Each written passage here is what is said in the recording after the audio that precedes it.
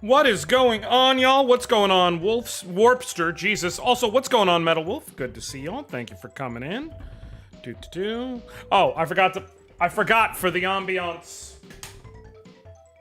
It makes me feel good having it on behind me. It feels gamer mode. It feels like I'm locked in. Cool. Hey, wanna be up here? Wanna be up here or you go over here? You go over here? You get to pick. It's your birthday. Yeah, it's my puppy's birthday. This Casanova was born on Valentine's Day.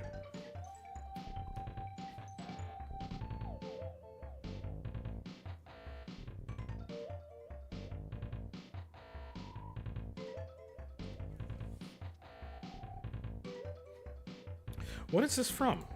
Whatever it is, it sounds good. It's SNES, but... Oh, this is Star Fox, Jesus.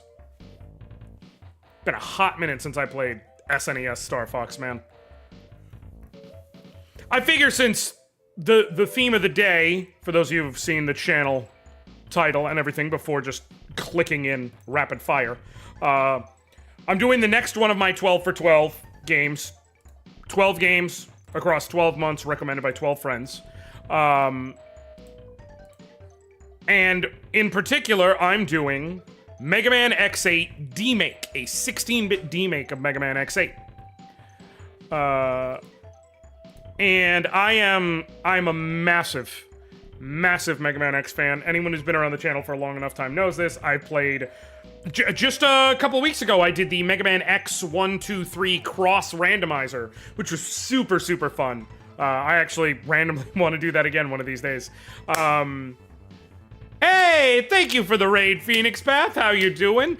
Welcome in, folks. My name is Josh. You can call me Anoriand. I play old stuff. I play new stuff. I play RPGs. I play platformers. I play a little bit of everything. I am just about to play here in a moment Mega Man X8 Demake. Someone took Mega Man X8, which is originally for the PS2, and demaked it, demuked it, demercadoed, undid it, no 3D, down to 2D. Put it back in 16-bit in the style of Mega Man X 1, 2, and 3. So it is a complete remake. It is very well reviewed. It's also the next one of my 12 for 12 games that I'm doing this year. 12 games recommended by 12 friends across 12 months. So I'm excited to check it out. I am familiar with Mega Man. It has been a hot minute since I played Mega Man X8, to be clear. A hot minute. Okay? So there will be some... shit. Okay? There will be some learning in the curve. But it's gonna be good. Okay? It's gonna be good. We're gonna have a good time. So if you're here, you're enjoying, welcome in, have a seat, sit down, enjoy yourself. I am just getting everything booted up as we speak. Although right now it's some Super Contra going. I was just going to discuss, so the plan is right now, today I'm doing Mega Man X8. I should beat it today. It's a Mega Man game. I do not expect... This is the Demake? No, Metal Wolf. I'm playing the Demake today. I am playing the 16-bit Demake that was made by someone. I have played the original X8, okay? It's been a minute. It's been a hot-ass minute. That's part of why I'm kind of excited to dive into this one. But, excuse me one moment. I'm just putting stuff away real quick. I completely forgot I pulled out from my bag over here. Yes, but it's been a hot minute. I'm playing the Demake today. So the plan is, today I'm doing Mega Man X8 Demake. I'm not sure whether I'm going to be able to go live tomorrow, because I have some stuff going on, which is why I decided to just do the one-off, because my guess is Monday and Tuesday I will be live with Road 96, and I will hopefully beat that. From there... not sure.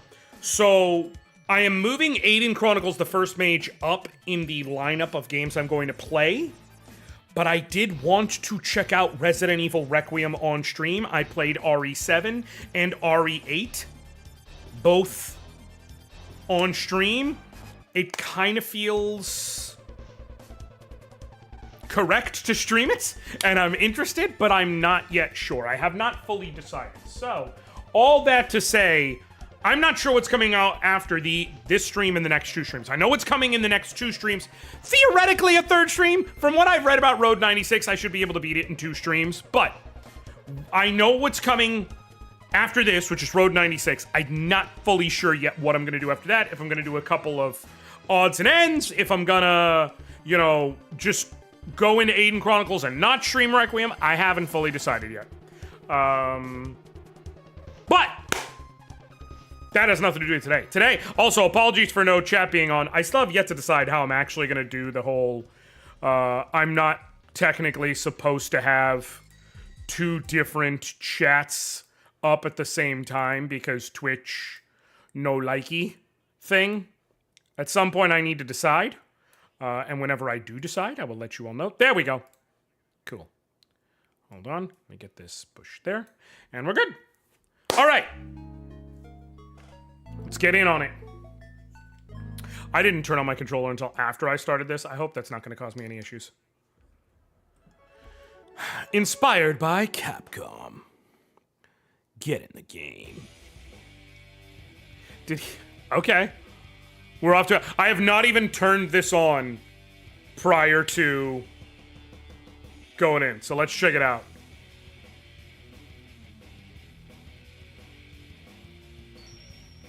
Oh, yeah. Oh, yeah. That's the good shit, baby. That's the good shit right there. That's what Mama used to make. This is the first Mega Man game I've ever seen played. Really, Warpster? I'm a massive Mega Man X fan. Like I said, a couple of weeks ago, you can actually look back on the live VODs of the channel. It took me 2 or 3 streams. I played the Mega Man X 1, 2, and 3 cross randomizer. Literally, it randomized across the 3 games, and you had to click a button to switch which of the 3 games you were in. Many times in the past, I have played and even speed. I am very amateur at it, but I do speed run Mega Man X4. Specifically, I do 100% completion runs with 0. I would have to check. My skills have probably atrophied a bit, but my PB is I can beat it in under an hour. It's like 58 minutes and change, which is very good, but nowhere near record pace or anything. Well, X was on PlayStation and PlayStation 2. 4, 5, and 6 were all on PS1. 4 was also on Saturn. I think only 4 was on Saturn. I don't believe 5 and 6 were on Saturn. I have to check, but 4 I know was on Saturn. And then 7 and 8 were both PS2 games. Thank you for the resub, Caracal, for how many months? For how many months on the resub? Come on. Come on. Come on. 6, 7. All right. Options. I am not doing... Okay, language is English. Double tap to dash. Sure, I don't care. I'm not gonna use it. I know there are people who swear by double tapping to dash, and they are truly God's strongest soldiers. I don't get it. What the fuck is charge fade out? I'm not sure. Show achievements, sure. Music and sound feels fine for now. If it feels like it's overwhelming me, please let me know so I can adjust it. I don't need to mess with VSync. 60 FPS. Window size is currently fine. I don't want to change it. Do I want to do a CRT filter? Just for the fuck of it? No. I'm fine with how it looks. Okay. Let's hop in. Been a minute. Okay. This is X. I'm close to the site of the accident near the orbital elevator.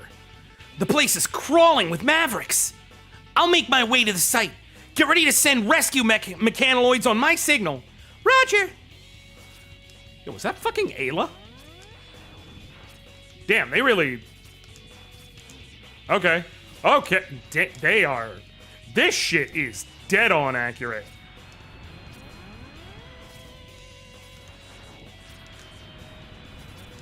The Hornets are less impressive than those walkers, but they're still pretty impressive, TBH. All right, what's going on here? Okay, cool. Oh, that's right. I start with the air dash.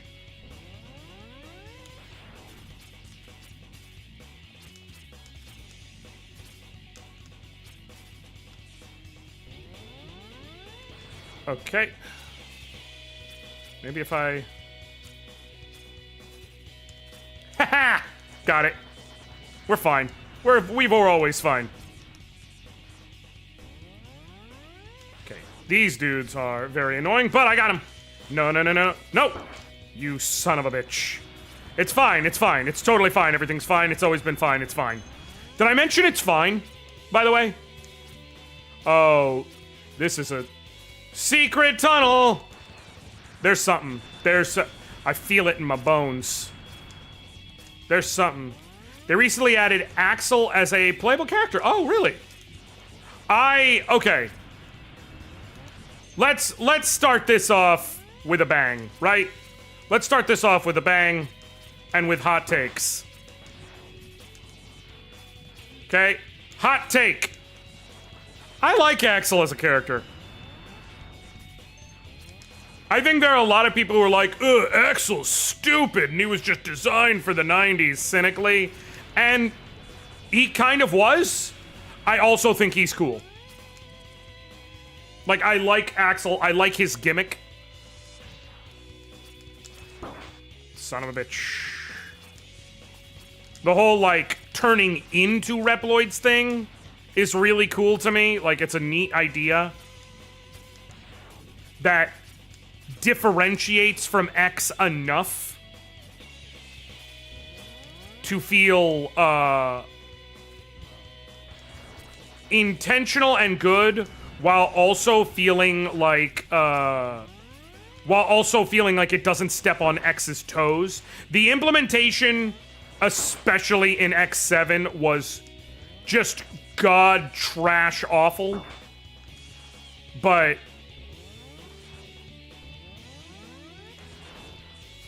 oh, okay.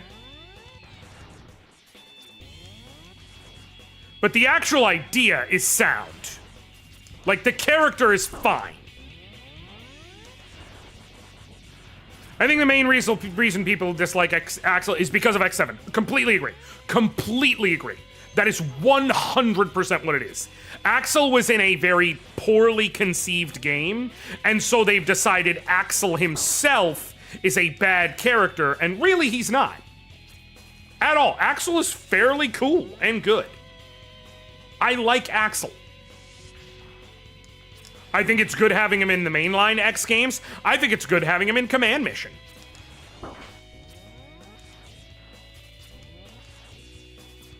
Now, he's obviously not as good as in Command Mission as my GOAT, Steel Massimo.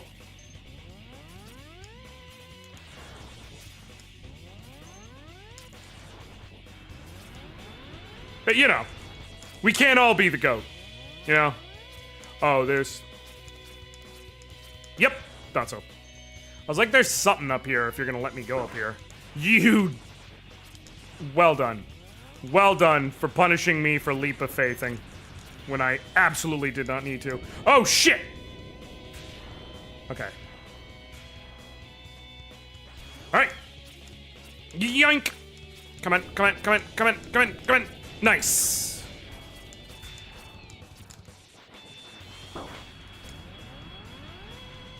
Okay. Nice.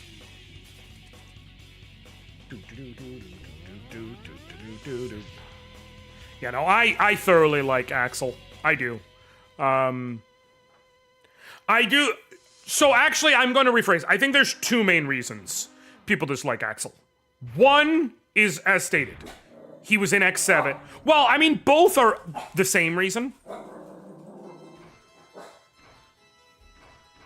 Oh, that's right, the Sigma bots.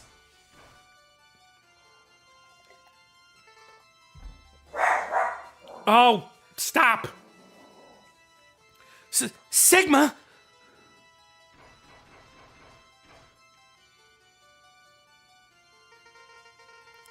To protect ourselves from damage during the accident, we had to copy a sturdy Sigma body.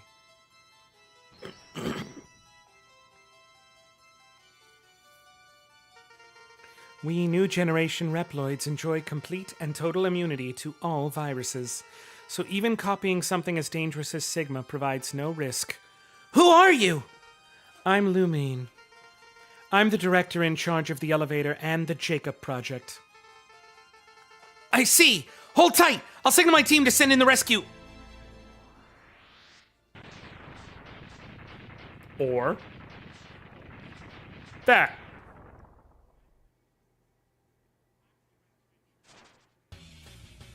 Fucking hell. How nice to see you again, X! Vile! I'd love to stay and play with you, but I'm afraid I have too much work to do. You're a wanted criminal. Stop and let Lumine go. Not a chance. The orbital elevator is under our control now. Just what do you plan to do? It begins now, X. A new world will be born! I'm sorry, you gotta go crazy when you're doing Vile. Big thing. Okay, so, I was going to say, technically, actually, because I was going to say, I think there's two reasons for the Axel hate. Not just it being X7, but, like, technically speaking, both reasons are X7. Just different variations. One of them is, oh shit. I need to fucking lock in. Nope. Oh, Jesus. I keep on falling in attack range. Anyways, so two reasons. Both of them are X7 related. One is that X7 is not a good game. I love Mega Man X. I truly do. I want to love X7. But goddamn if that game is not really the fuck flawed. Okay? It just is. We can be honest. As a fan of a thing, you more so than any should be honest about what it is. Okay.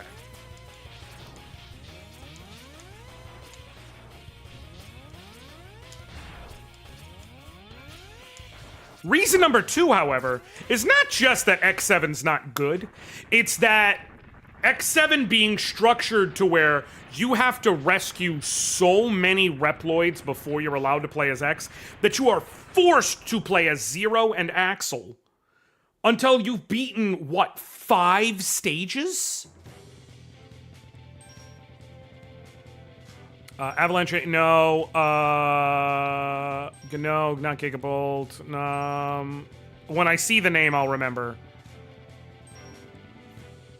Bamboo, Panda, Earthrock, Trilobite. That's where I want to start. I do remember, like, that was general. Now, I wonder how it's going to play out here, but while it's been a minute, that's a great intro. That's a great fucking intro, man. While it has been a minute since I played, I do remember that optimally you would want to start in Earthrock, Trilobite. So,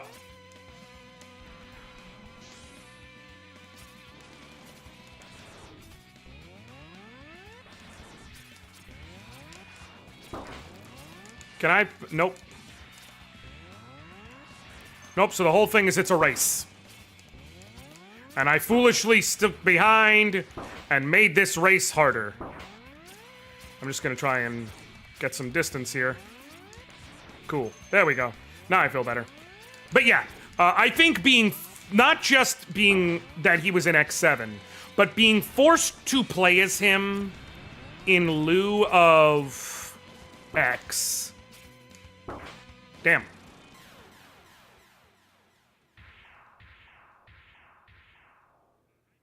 There was I needed the capsule. Being forced to play as him in lieu of X made a lot of people angry. Because, here's my thing. I will often default to playing as Zero in Mega Man games. But if I buy a game named Mega Man, I want to play as Mega Man. Okay?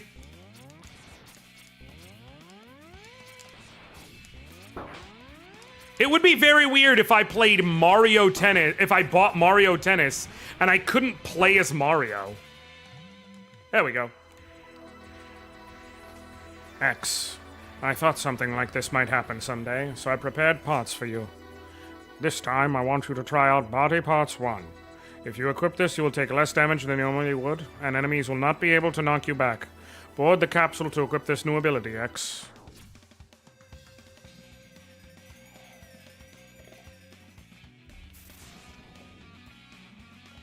Hell yeah.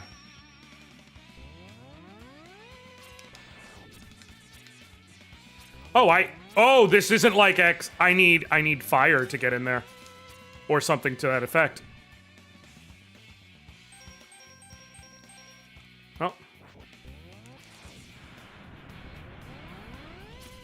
Well, I take less damage now. That's nice. And was certainly worth the price of admission. Oh, those tubes are there to let you know there's a thing you can go back and get. I, however, have gamer sense. And /or have played this game. Well, not this game, but this game. You know, kind of this game. Almost this game. A game that is very much this game, but simultaneously both prettier and uglier than this game. It's a game. Yeah, I don't know, man. It's weird. Like, I like being given... I went on a whole rant when it came to the on socials and on, if you're watching on YouTube, the short video is on there talking about it, okay? Where I talked about Capcom having the Ryu and Ken problem. Which is that they refuse to allow their IPs to grow past the series Ryu and Ken, whoever that may be. In Street Fighter, that's obviously Ryu and Ken. In Resident Evil, that's Chris and Leon. In Ace Attorney, it is Phoenix Wright. That is just how it goes. You know, and it's fine, and it's a whole thing. But there is something to be said for, you get the pass on the Ryu and Ken problem when the series is named after a character. I'm not going to judge you for making Mega Man playable in a Mega Man game. I am, however, going to judge you when Mega Man is not playable in a Mega Man game. That's the one game where he needs to be playable. Project X Zone is cool and all, but while that has an X, it is a different thing. Also, yes, for those of you keeping track at home, that was a Project X Zone reference in the year of our Lord 2026. That just happened.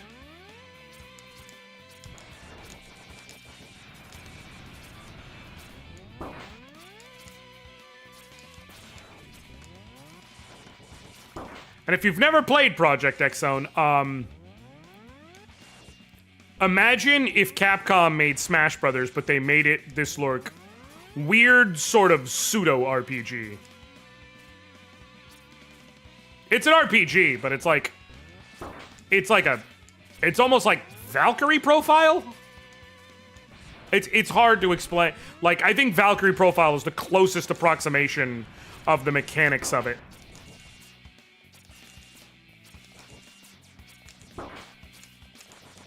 Shut up!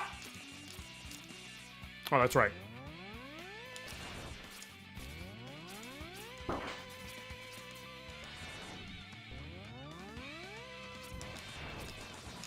I actually enjoy Project X Zone, but I clown it because it's a reminder of what could have been. Because I said years ago, it's like, Nintendo, here's an idea. It's free. Go make it. I could literally be told, hey, we saw your tweet and decided to make it. And I wouldn't be mad for not getting money. I would just be glad we got the game. I would be like, hey, can I like at least get a free copy? I think that's fair. That's about it. But Super Smash Tactics. You tell me that shit wouldn't kick ass. You look me in the windows of my soul. And you tell me Super Smash Tactics would not absolutely kick ass. This is a secret tunnel situation. Nope. Never mind, thought it was. I was wrong. I was a fool. I wasted time. I wasted life. I wasted your time. I wasted my time. We all only have one life to live. And I'm spending it being wrong. I'm sorry. I know better. And in the words of Maya Angelou, now that I know better, I will do better.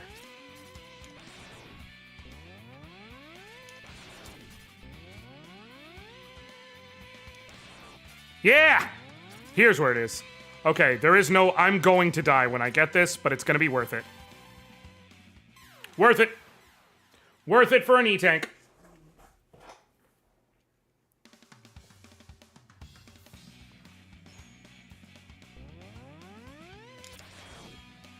That is a you gotta have the right weapon to break it situation, which sucks because let me see if I can.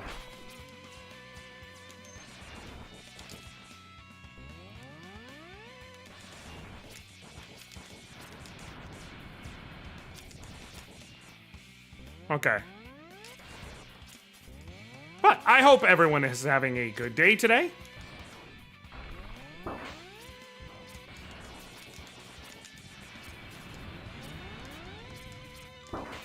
You son of a... Is this a repeating extra life? I could have just shot him. It is. Sweet. I'm absolutely not gonna... Yeah, there is... That doesn't make that... Oh, no, I assumed, but, like... I'm here. You know, I'm not gonna leave that and come back.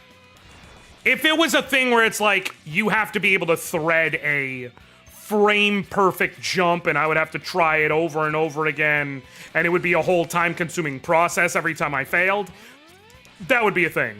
If not having the weapon means it's just a one-life tax, which isn't even really a tax because there is a life you can get right beforehand on every death, I'm just gonna pay the one life tax and redo. What up, homie?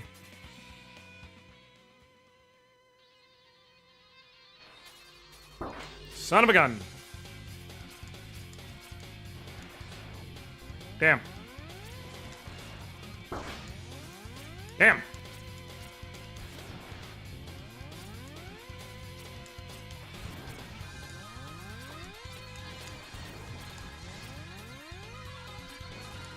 I completely forgot that was the gimmick of this fight.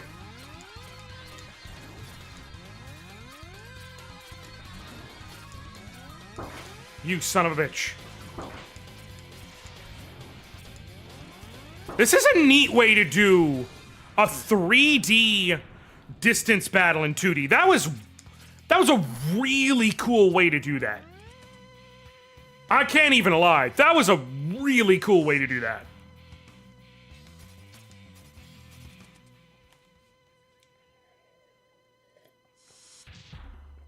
Earthform Trilobite. All right. First Maverick.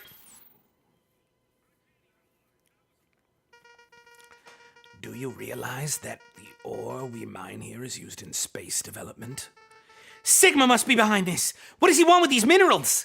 Even if I explained, I doubt a braveless maverick hunter like yourself could understand. I'll bury you old heaps of junk right here.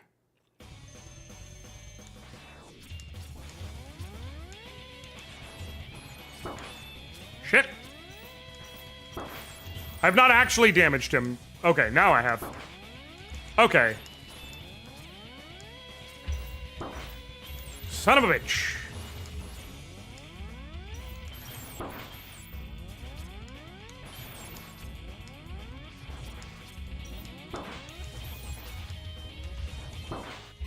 Okay.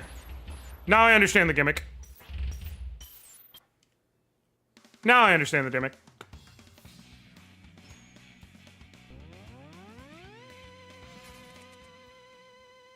Oh, what was the line I saw while I was Online character. Oh, it was. I saw someone posted, and this is why I can't use threads, man.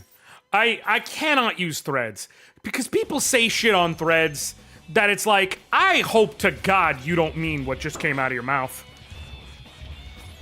I saw someone who said, and I quote, "If you think $2,400 a month is too much for a car payment, we can't associate." You know what, sir? You're correct, actually. We can't. We cannot, in fact, associate.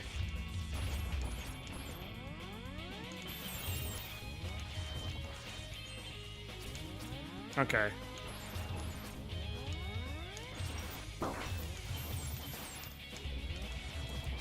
Whoo, hoo, hoo. Oh, man.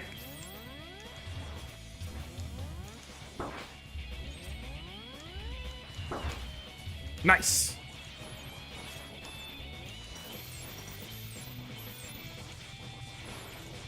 Oh, shit! Son of a bitch! Motherfucker. No, no, no, no. No, no, no, no. No, no, no, no.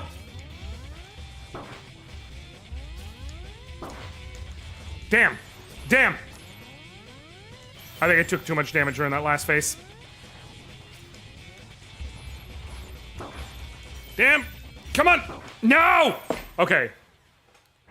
That is more than acceptable. Rent payment. What a dog. Caracal. At that point, I'm like, fuck are you driving? A spaceship? Who made your car? NASA? Cannot associate, nor do I wish you have a good day. Shinobi, you get me. You get me. You're right. We can't associate. I also don't want to associate. I'm worried if I hang around you too long, my credit's gonna drop. Like, they're just gonna know we associate.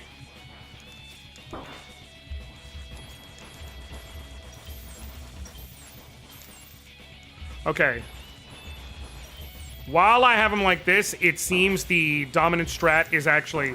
because he doesn't have too much hit stun going on.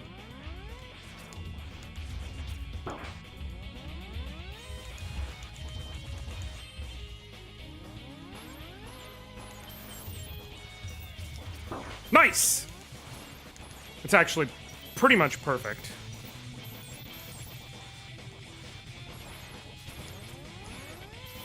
Okay, I need to stay ahead of it. I need to stay ahead of it. Shit! No! No! Ha-ha! Woo!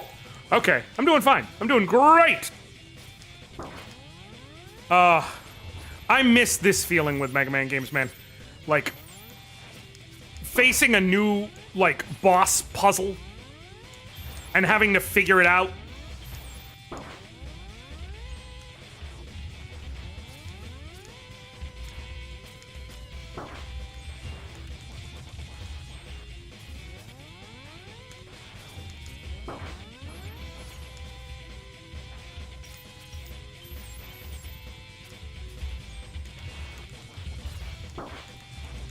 Come on, come on, come on, come on. Nope. We're gonna go for it. We're gonna go for it. Ha! Woo! Good shit. Shinobi, honestly, sometimes Crazy needs to hang out over there. You need to stay over there. You just need to... you need to leave me be. You got... Crystal Bouncer. Next is Gigavolt something something. It's the jellyfish. Right? Gigavolt Manowar. Uh-huh. I've spent a lot of time at a college campus lately, and the stuff I hear young people say, opposite of what they say online, makes me very, you stay over there. Oh! Listen. Listen, Shinobi, young people scare me. I say that as a dad. Young people scare me with some of the shit they say, where I'm just like, you might need Jesus. A la... somebody. I don't know who, but somebody. Is this a situation where I had to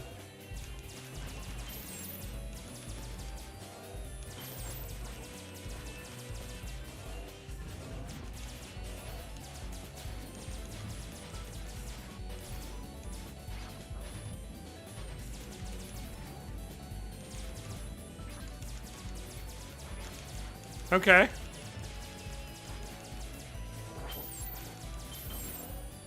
Wait, pause. Okay, I just had to check. I'm like, is there anything over there? I just have to check. Wait.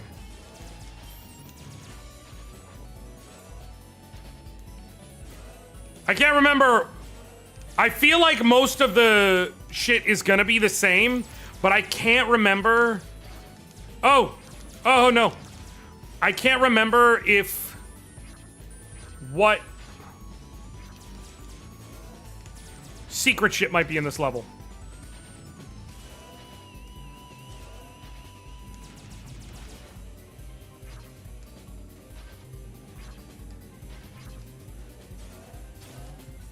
No!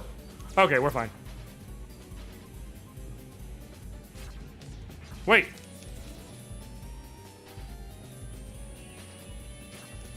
I can... No! I absolutely was supposed to bring it with me for something. I'm gonna scout. Or should I just... nope. It was over there. I was so close, wasn't I? Yep. I'm just gonna die. Or can I just exit?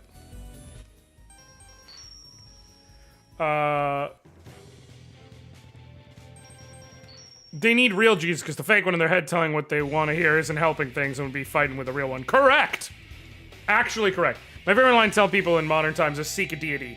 You know, Warpster, that feels like the nice way of being akin to Frederick from Fire Emblem Awakening, who has, and this is legally true, the most metal fucking critical hit line in the history of video games. Which is when you score, if you've never played Fire Emblem Awakening, let me tell you, there is this thing where, oh shit, where if you, that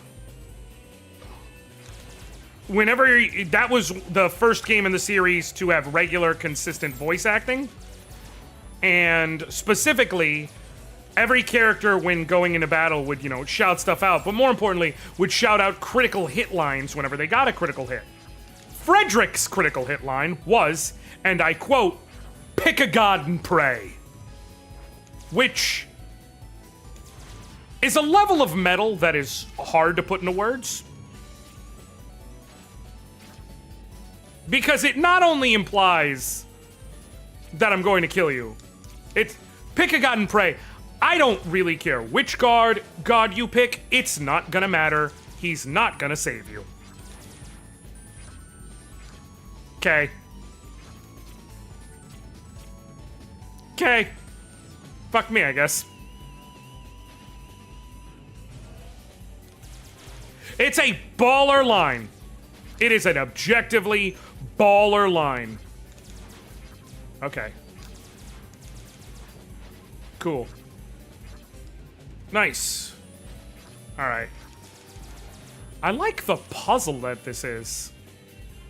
Oh, no, there has to be something from, given they let me bring it in here.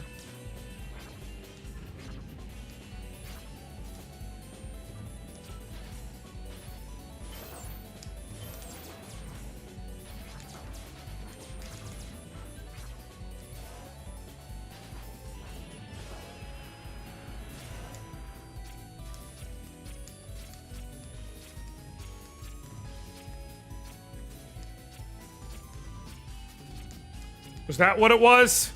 Was it that I was supposed to get up there? Can I frame perfect? No. Alright. I hope I didn't miss anything. I don't even play Fire Emblem and know that line. Shinobi, I am a Fire Emblem sicko. I have multiple Fire Emblem... Hello?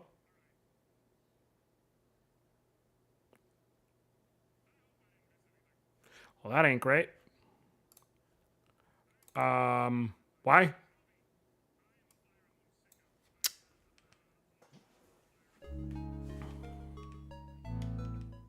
Oh, I very much so wish there was an English release of Cypher. I would play the shit out of it. There is no... Oh, thank God! Okay.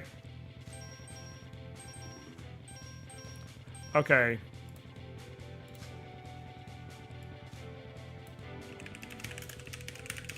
I'm curious, is there anything...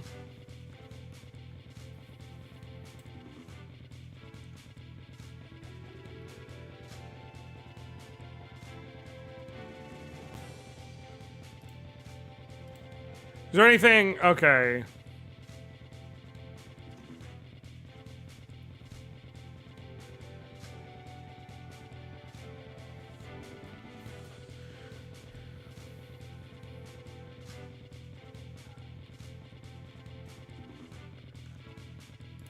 I'm trying to see if I can find, like, any, like... Is there any shit in there for bringing the thing through? I have no idea.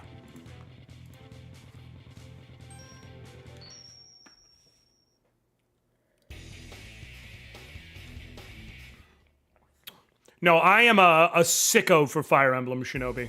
A big-time sicko. I have played every single release of Fire Emblem. Not every game, every release. In other words,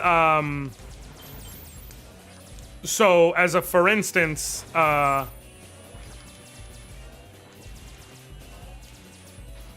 know, and I own every English... The only thing I don't have in English are special editions.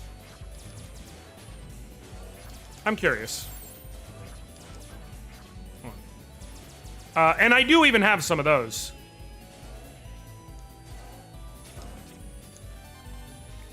Worth. Our special edition... So I don't have the Three Houses special edition. I don't have the 30th anniversary edition. But I do have the limited time Nintendo digital release on my Switch of Shadow Dragon and the Blade of Light, officially translated into English.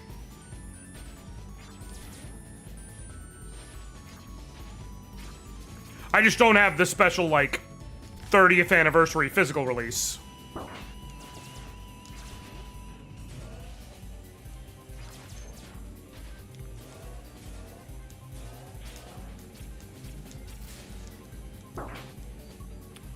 Okay. So what's the point of allowing me to...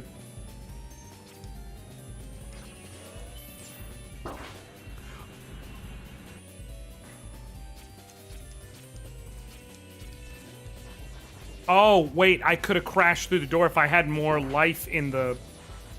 Okay, there's something else I need that bike for. I am gonna continue and scout, because I can come back.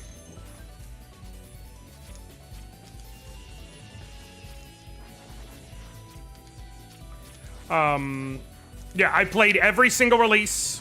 The ones that did not come to America prior, I played via translation patches. I own every English release in some way, shape, or form, so I have English cartridges of Fire Emblem, which was the Blazing Blade, Fire Emblem Sacred Stones. I have complete in-box copies of Path of Radiance and Radiant Dawn. I have Shadow Dragon for the DS. I have Awakening. I have Fate's Conquest, but on my Fate's Conquest cartridge is all three of Fate's Conquest, Birthright, and Revelations. I have three houses. I have Gaiden, or excuse me, Echoes, Shadows of Valentia. I have three houses. I have Warriors, Three Hopes. And I have Engage. And for Engage, I own both the Standard Edition, which I played on stream and everything, and that one I actually do own the Divine Edition. Yes, I have both Fire Emblem Warriors and Fire Emblem Warriors 3 Hopes. I also have Fire Emblem Tokyo Mirage Sessions #FE, which is just a, you know, it's a Shin Megami Tensei game with a Fire Emblem skin on it, but that's fine.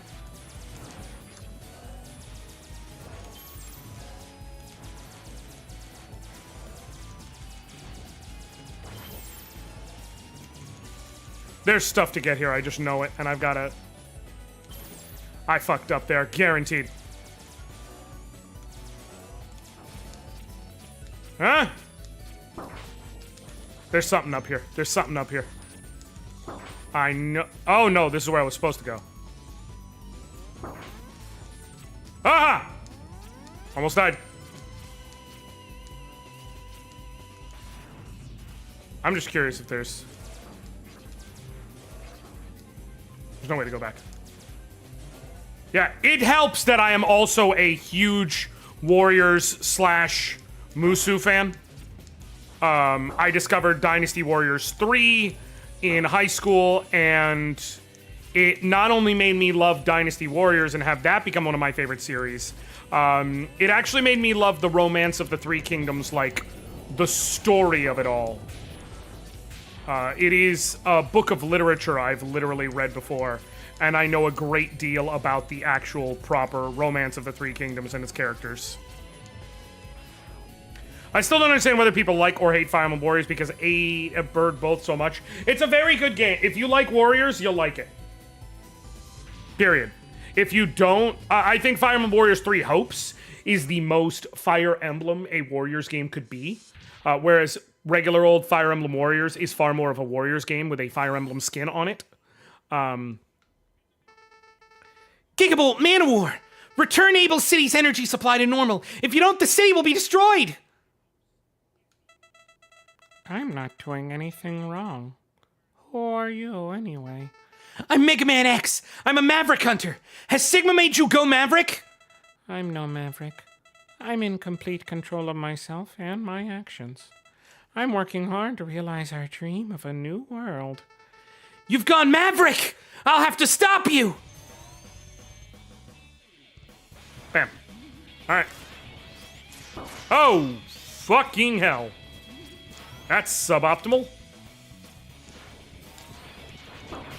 Okay, I have tons of ammo, so now that I know that, I'm gonna let this bitch rip.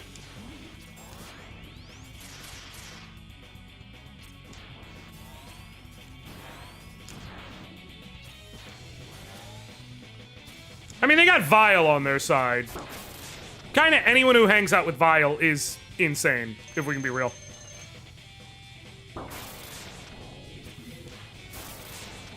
Damn.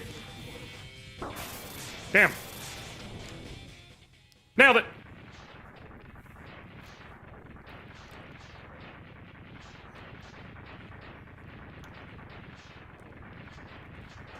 But yeah, I thoroughly love Fire Emblem. It's one of my favorite series. I actually have a video I'm planning to drop sometime soon. Which is going to be a, so you want to get into Fire Emblem, that kind of lets people know, here's the games that make sense to enter into the series if you are looking to, and like why they are good for you to get into. Like what you might be looking for and what you can get out of it, kind of thing. Also,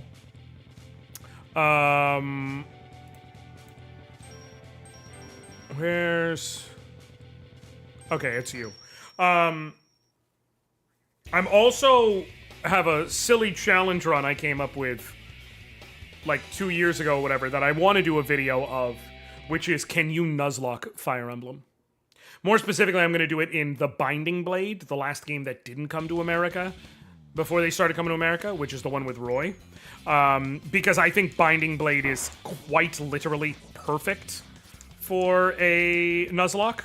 Now, if you're like, okay, but Fire Emblem already has permadeath, like, it is a Nuzlocke. No. Because the thing with Nuzlocks is they have 2 rules. Okay? Fire Emblem traditionally, and even recently with Classic Mode, one of its standout things is that the games have permadeath. Okay? That if a unit dies, they're dead, and that's the end of the discussion. Oh, shit. I might have been supposed to keep that. Well, yep. That's... Well, alright. Let me head back and see if I can get it back.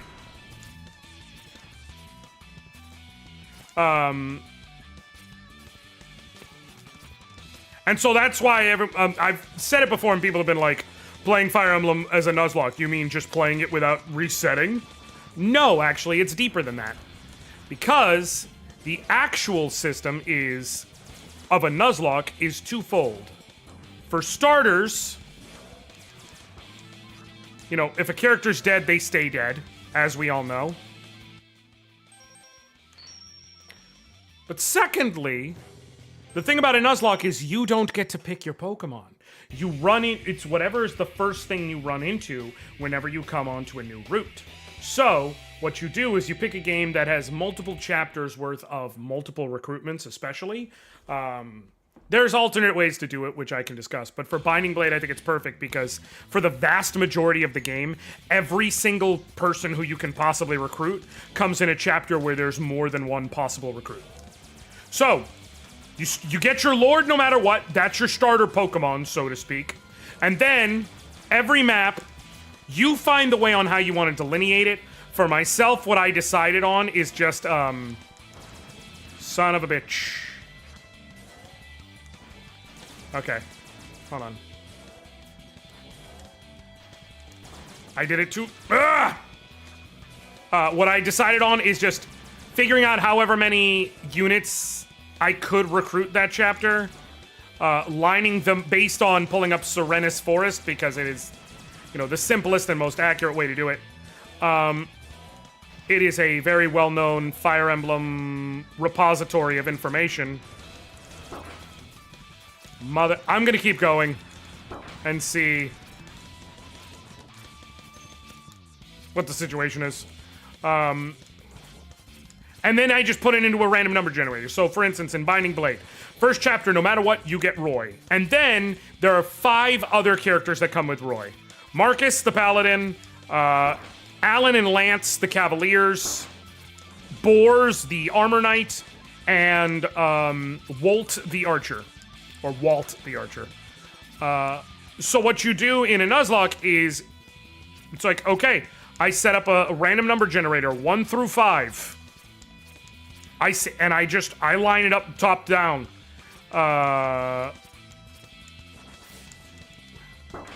And so it's like, okay, cool.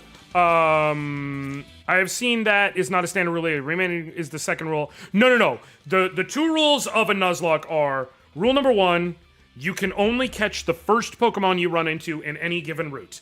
That's it. You either catch it or you don't. And then rule number 2 is when a Pokemon dies, they're dead. You can't revive them. That's what makes a Nuzlocke. And the idea is instead of going for stats or whatever, you have a finite amount of resource. Pokemon themselves are now a finite resource. You can't just go and catch new ones. That's what makes it a Nuzlocke. So, and then there's people who do hardcore Nuzlocks. They'll do dupes claws. They'll do this, that, the other. What I'm doing for Fire Emblem is, I am doing it to where, essentially, in each map, I get 1 new unit. And then also, I'm doing it Iron Man style, which is, if it's a game that has permadeath, Binding Blade does, I'm just not resetting if that character should die. If it's a game that gives the option of classic or casual mode, I'm going to put it into classic mode, and then I'm going to follow that rule. And so it's like, okay, neither one. Got it. So the whole idea is that now, like, you get a finite number of resources, but those resources aren't necessarily in your control. And the reason I like it is the same reason I like Nuzlocks, which is very often you will be forced into using Pokemon or learning about Pokemon that you might not previously want to, or that you never previously had interest in. I have had Pokemon who I was not a fan of, who Nuzlocking has made me enjoy.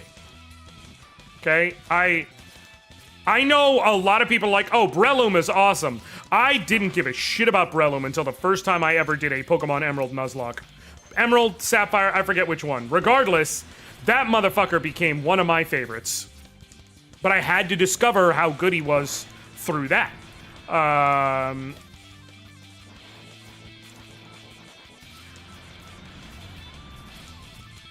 So, Fire Emblem Nuzlocke, same idea. So like I said, in Chapter 1 of Binding Blade, you get Roy.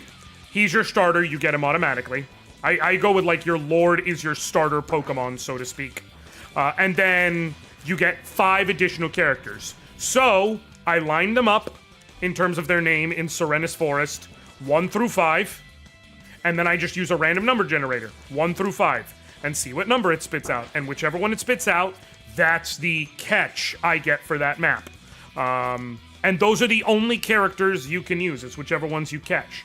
And then what I do is, in order to make it... Now, in Binding Blade, it's perfect to me because of the whole situation where... Dang. It's perfect to me because, like I said, so many of the... Oh, shit.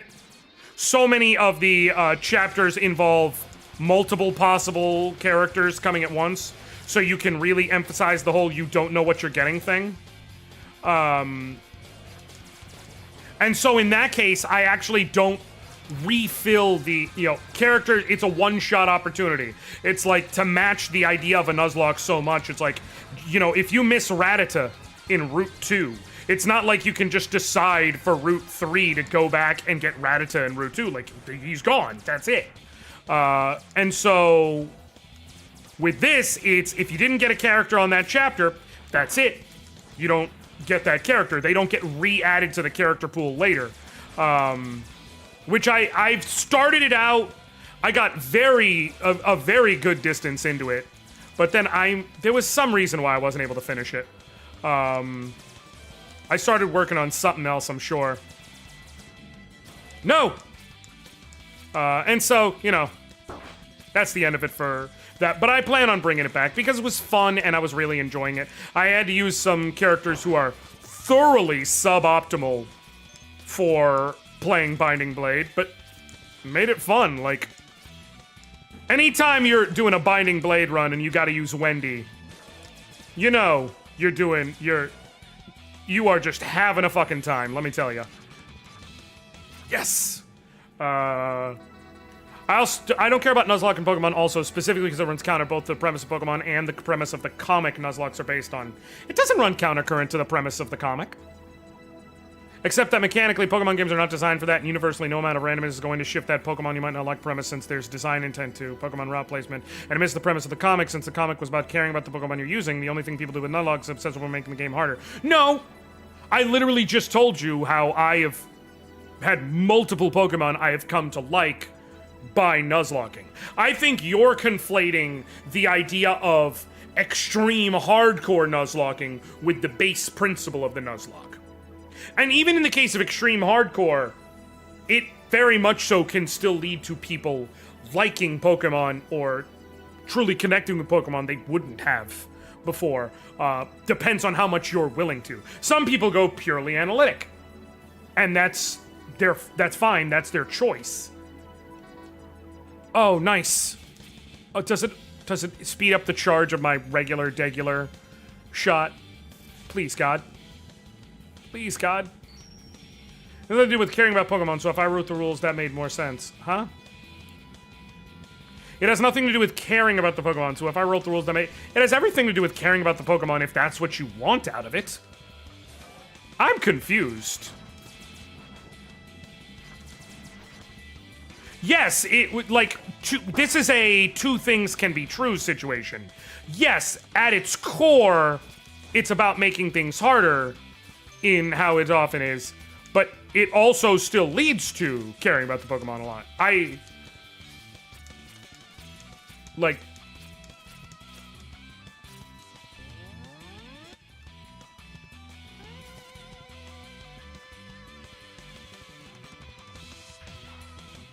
Realistically, it's very much so a you get out of it what you put into it type of thing.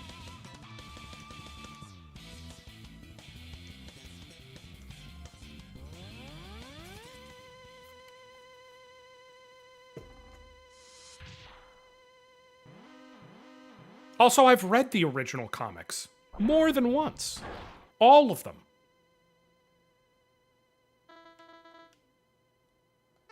I will not let you get in our way. Avalanche Yeti, what do you think you're doing? We no longer consider your world to be ideal. You old model Reploids have no business here. No way! If we don't repair this system, the world's ecological balance is at risk. It's too late, X. You and your puny Mavic Runners have lost. That I would very, very disagree with that, especially given the attitudes people show regarding them. In any case, there are other ways to grow love for something. Right, but okay, I think the issue that we're conflating here is you not liking something, which you're allowed to do, with it being a flawed or problematic thing. I'm not saying you have to like it at all.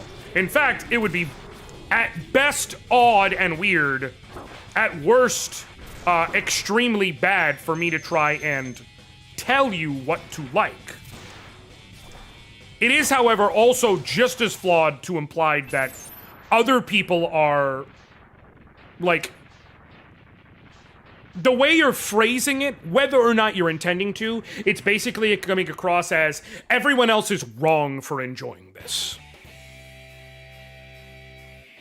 That's where I'm running countercurrent to your argument.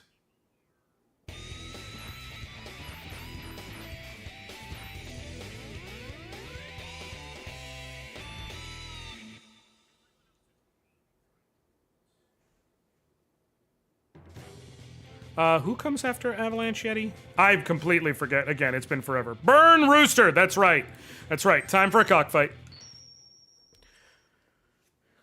And again, you can put whatever rules you want on things. That's why, for me, Fire Emblem is a game that I know forwards, backwards, and sideways across various different versions of it. I have played every version. I know the hardest games, I know the easiest games, I know everything in between, really. It is a game series where the two ways at this point, sure, I can just go back and play an older game and enjoy it on its own merits, 100%. But realistically, if I'm going to try and get the most enjoyment out of it, the way I do that is I impose some sort of challenge to myself because I know these games so well and I've played them so thoroughly and I've learned their ins and their outs so well. That is what's going to give me something. Like finding new ways to limit my resources but still come out on top.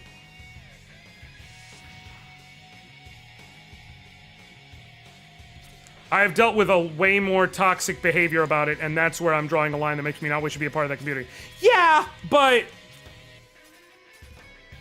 that's conflating toxic parts of a community, of which there are toxic parts in truly any community, with the core fundamental idea. Like, there's not a community that does not have a truly toxic element. Not one.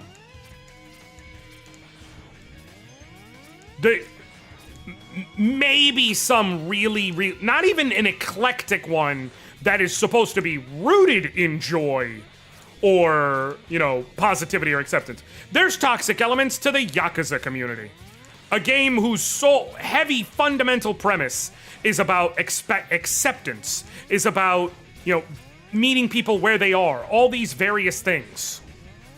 You're gonna find toxic elements in every community. If the toxic element shuts you off, that's valid. But you can still enjoy it, again, on your own merits.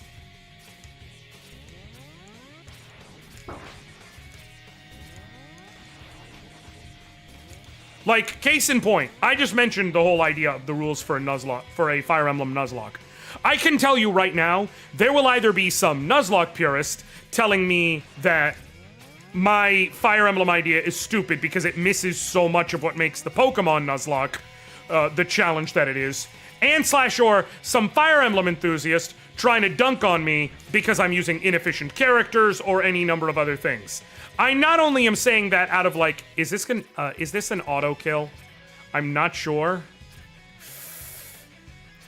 Let me see. Yep. Damn. I need something else to get up there. I know this because when I did my Fire Emblem Nuzlocke in what's it called? When I did the beginnings of my Fire Emblem Nuzlocke, that I didn't finish it, but in Binding Blade, I had people coming in a chat questioning the characters I was using and like I can't believe you're using character XYZ. Like, do you even know anything about this game? And it's like, buddy, I I don't know how to tell you. For about 98% of the people who I'm going to ever encounter, I've forgotten more about Fire Emblem than they know. That's not me being a cocky bastard, that's a reality. It is a hyperfixation for me. I know so much about it, like, locked in mentally, off the cuff, that I can't forget. But it doesn't stop me from doing it. You can come in and be like, you're using Fanny and you're using Wendy? Yeah, Fanny's kicking ass and Wendy is weirdly hyperspeed and doing just great for what I need her to do right now. Cards that are dealt, dog. Maybe if you didn't live your life by a tier list, we wouldn't be here, but you do, so there we go. That being said, it doesn't matter to me. Because I don't give a damn what their opinion is. Huh. There's got to be a way to get over there, but I don't know what it is, but we're going to figure it... Oh, I see. Tight corridor climb. Got it. How the fuck? Okay. Can I... Oh! Son of a bitch. I have to die. I have to die so I can go back. Hold on 1 second. Hey, buddy. No, I'm streaming. What's up? Where are you at? Which Wawa? Okay, love you. You don't have anything in there? Okay, love you. I'm gonna send you $3. Are you wait, were you trying to get a snack? Okay, love you.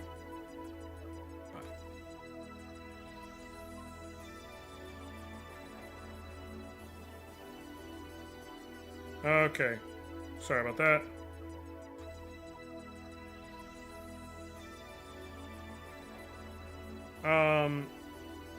Hold on, I'm gonna see whatever is in chat in just a second. I just gotta... Alright, sorry, that was my son calling. He's getting a slushie. I was like, what are you trying to get? I didn't say I'm getting... Okay, cool. The only thing I know about Fire Emblem is that I'm not the God-shattering star, but you could be. Just gonna point out, you could be.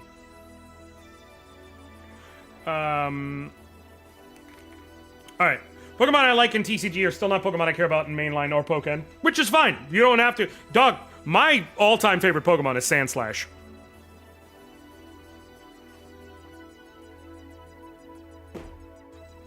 I built a deck with him in the Pokemon TCG Pocket.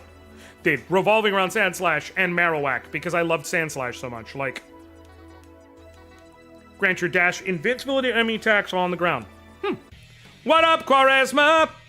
I definitely understand and agree with Shinobi, though, Anor. The basic tenet about Pokemon is exploring different creatures, and Nuzlocking by design takes out of the game, and it is rooted in making game made for children, for the most part, more difficult.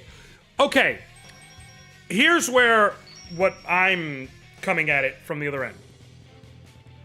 Any Sandslash is original. I'm fine with, now that I know I can do the lightning thing, I'm gonna go back so I can get that heart tank. I am fine with Alolan Sandslash, but the original. I fell in love with him in Pokemon Blue, and he's been my favorite ever since. Because of me not understanding how mechanics work, but I refuse to change my favorite. Like, dead ass.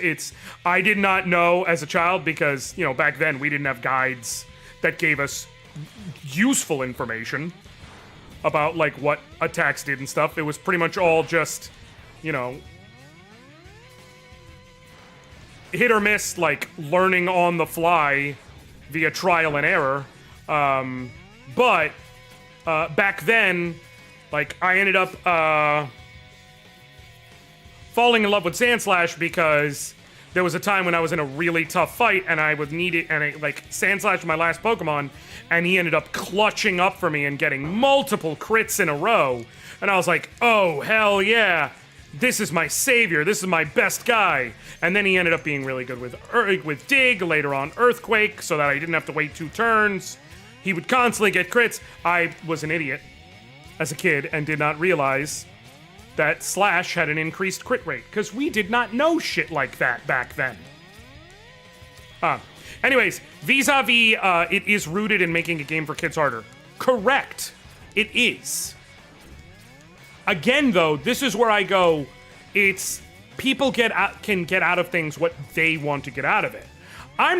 This is why, like, my fundamental thing is, I don't think everybody needs to enjoy Nuzlocke at all. Especially because Nuzlocke are, by their very nature, rooted around making something harder. A lot of people are not going to like that because a lot of people do not want the game experience to be harder. They want to go in and just enjoy that shit. And not only is that not wrong, it is in fact advisable for the great majority of people. I'm not trying to make anybody else want to do the stupid shit I'm doing. I am explaining why that stupid shit is fun for me. You son of a bitch. I will admit I am more affected by other people's behaviors making me like something less than I have to refine love for something again. Product of my left the church days. Hey-oh! You're talking to a former worship leader, Doug. Trust me, I get that entirely. But that's also why, for me, and part of why I grandstand on this is it's much the same as I've had to unlearn that whole thing myself of forcibly pushing back upon a thing because other people are pushing for it in a way that bugs me, kind of thing. And so I try to find the happy medium, which is anyone on either, you stupid bastard, Josh, anyone on either side of the extreme is going too far to me. Anyone who argues that, like, you're wrong for enjoying a Nuzlocke is telling other people how to play. Much the same as anyone who's like, it's only a Nuzlocke if you do X, Y, and Z, is just as wrong. And really, anyone who's like, if you're playing Pokemon and you're not Nuzlocking, what's wrong with you? Dog, fucking go touch grass. Sometimes it's because I just want to get my Pikachu. Okay? Go touch some fucking grass.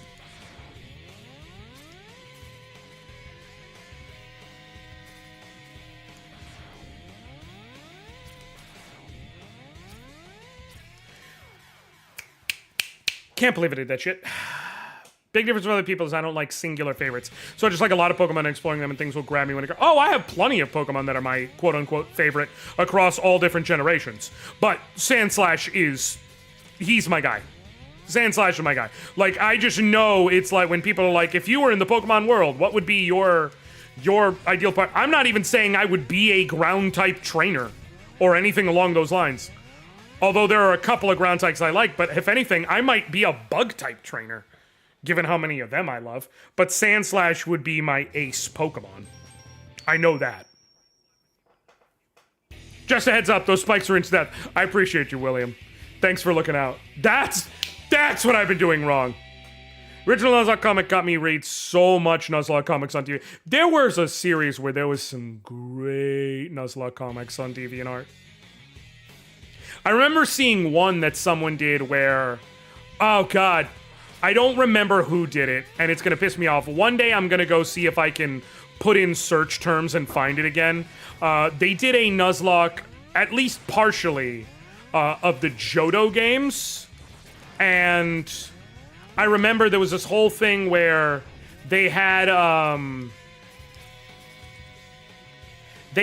mod, I think it was they traded for the mod shop that was in Whitneystown. I forget the name of the city.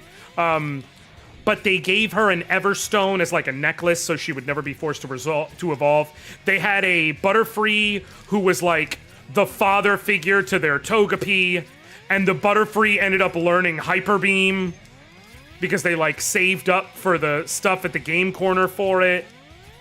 It was a whole thing. It was a really, really nice comic series. The Butterfree ends up falling in battle, and they drew like a whole animation that they posted on YouTube to a song about it. I gotta go back and see if I can find that again someday. I don't know if it was it was not finished by the time I was reading it, so I don't know if it ever was finished. But it was such a good comic. I'm definitely not saying people can or shouldn't like Knuckleheads, only that I've dealt way more with people who act like you aren't even playing correctly, and those people are... Listen, I want to be clear. Anyone who's like, you're not playing correctly if you're not playing a Nuzlocke, or the alternative of, you know, oh, you're playing a Nuzlocke. Oh, are you playing with hardcore level limits? And are you playing... Listen, just because I can enjoy doing that shit does not mean it's for anyone. And anyone who acts like you have to play with that in order to have it, they're just as wrong as anything else. Like, it's the exact same thing as how I am big hard pro on the idea that I have long said, I feel every game should have difficulty modes. Like, selectable difficulty modes. And more specifically, like, easy mode, essentially. Or selectable settings. Like, there's not a game you could tell me where I'm like, I don't think that you should have difficulty adjustments on it. Nope, all of them. Every one. Every last one. Dark Souls, yep, every FromSoft game should have it. I don't care. You should be able to tailor a game's difficulty to yourself. Now, game developers can still have an intended difficulty. And there's multiple ways in which you can do... It's fine. In which you can do intended difficulty while still allowing customization. But for all the FromSoft games, you can provide the ability to increase your damage, the ability to decrease enemy damage. You can increase your iframes, whatever. It's not just about people's fun. It is an accessibility thing. And oftentimes, people can use those accessibility features to get better. I've talked about before how my sons can now absolutely fucking clobber the Insomniac Spider-Man... I didn't know if there was something down there. The Insomniac Spider-Man games. They started out playing in friendly neighborhood mode, where you can't die. And a lot of people were like, so what the fuck is the point of playing if you can't die? Well, they were young. They learned how to play the game as a young child because they were given the freedom to be able to fail. And they didn't just die over and over again. And that allowed them to learn and to experiment and to grow. Like, it makes things better when more people can play and enjoy a thing. Flatly. Making my noble lock rules my compromise. You're allowed, and doing a compromise is perfect. I might share my Google Doc for noble lock with you on Blue Sky. Absolutely, please do. It's mostly just for how I would try it, so no guarantee. Listen, I would love to see it, if nothing else. What made me finally at least play... I didn't play Dark Souls for such a long time because... Oh, 100%. Oh, just kicking away, huh?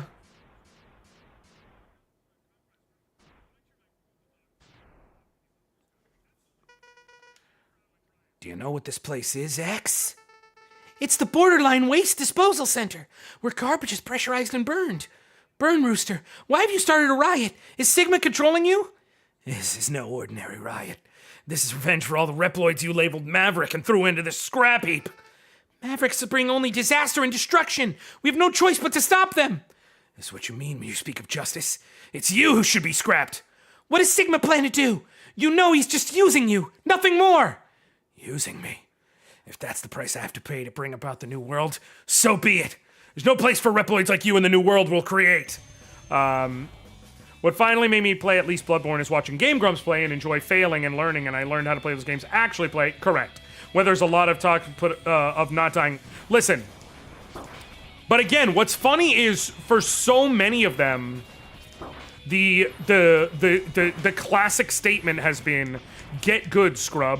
But the reality is that providing multiple difficulty settings would very much so allow people to get good and stop being scrubs. I tried to see if I could do it without healing. Damn. Alright, let's try it again. I can do it without healing. I still haven't played a Soulsborne game, and while it's a different reason of you, Shinobi, that get good mentality hasn't helped. No!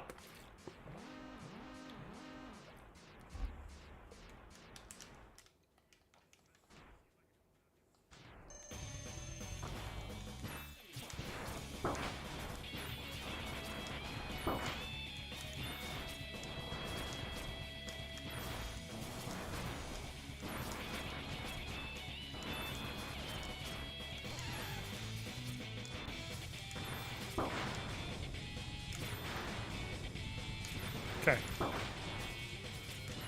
Damage rush time! Got it. Now I understand you're supposed to hunt permanent items and supplies, and often you should off yourself to teleport to safety after earning an item, and earning money is just farm for levels. Exactly.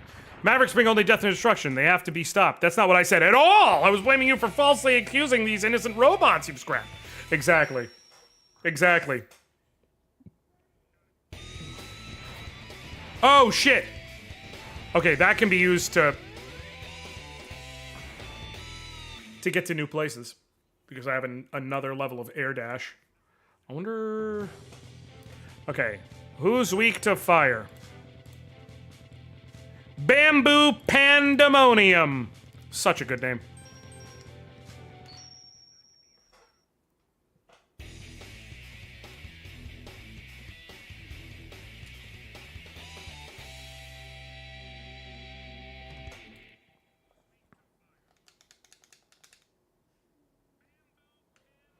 As I said before, Ninja Gaiden series is hard AF, and it has... Exactly. There's no excuse, in my opinion, for not putting difficulty settings in your games.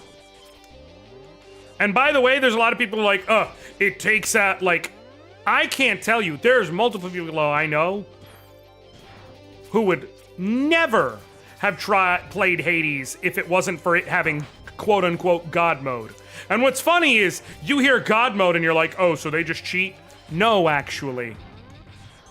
That's the thing. No. Right armor! Hell yeah.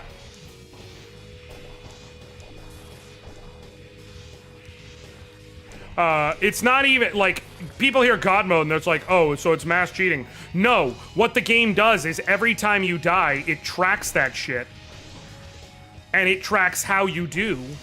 And so it allows you to tailor your experience.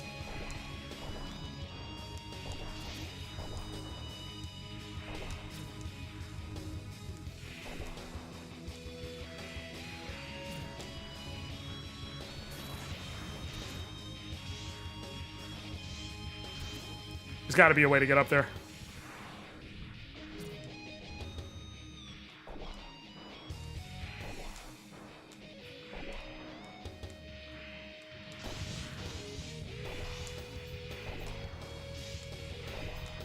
What up, Jason? Okay, I'm gonna keep going, but there has to be a way up there. They would not put this here if there wasn't.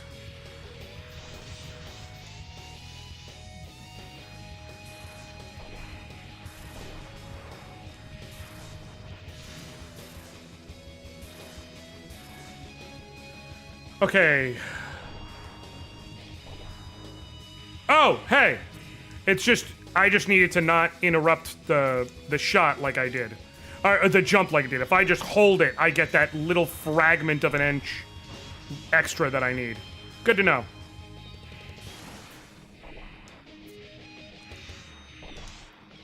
Okay. Select your difficulty. Games journalist, Candy Crusher, Script Kitty, Gamer Girl, Got Good Scrub, Speedrunner, Really Joel Stad. Fair. Listen, here's the thing. I get picking fun at games journalists. There are things about some games journalists that I will absolutely take a shot at. But I also try, like, I know several who are legitimately, like, better gamers than me, enjoy the hell out of what they're doing. The problem is when oftentimes is less with the game's journalist and more is with the game's journalism publication. Son of a bitch. I have to go back. I 100% need that. I'll take it.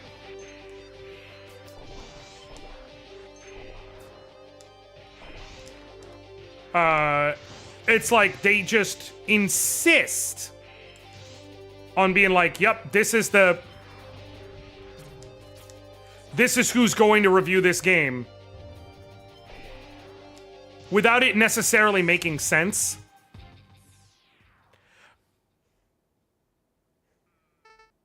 Vile! Where have you taken Lumine? Do you plan to hinder the Jacob project?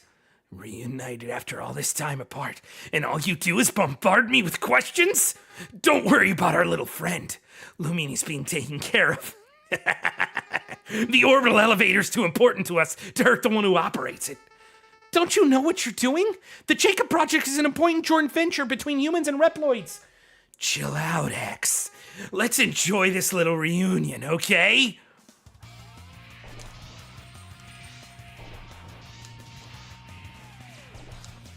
Damn. I wonder, can I... Yeah. Damn, it does still blow up.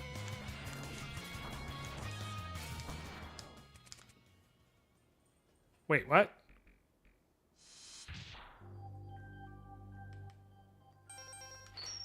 I'm curious. Yes, it's pronounced the Yakub Project. There are also Souls-like with mechanics and controls I prefer to others, especially from FromSofts. I learned I much prefer Team Ninja's games or Sekiro over the other. Fair. If you want to take the right arm, yeah, no, I figured that out. The issue was with that I was trying to jump and then tap jump again. I needed to hold jump because the brief frame where I was letting go of the button to jump again was actually dropping me just enough to be a problem. Oh, I missed coming back for one more box, too, so that's important to figure out.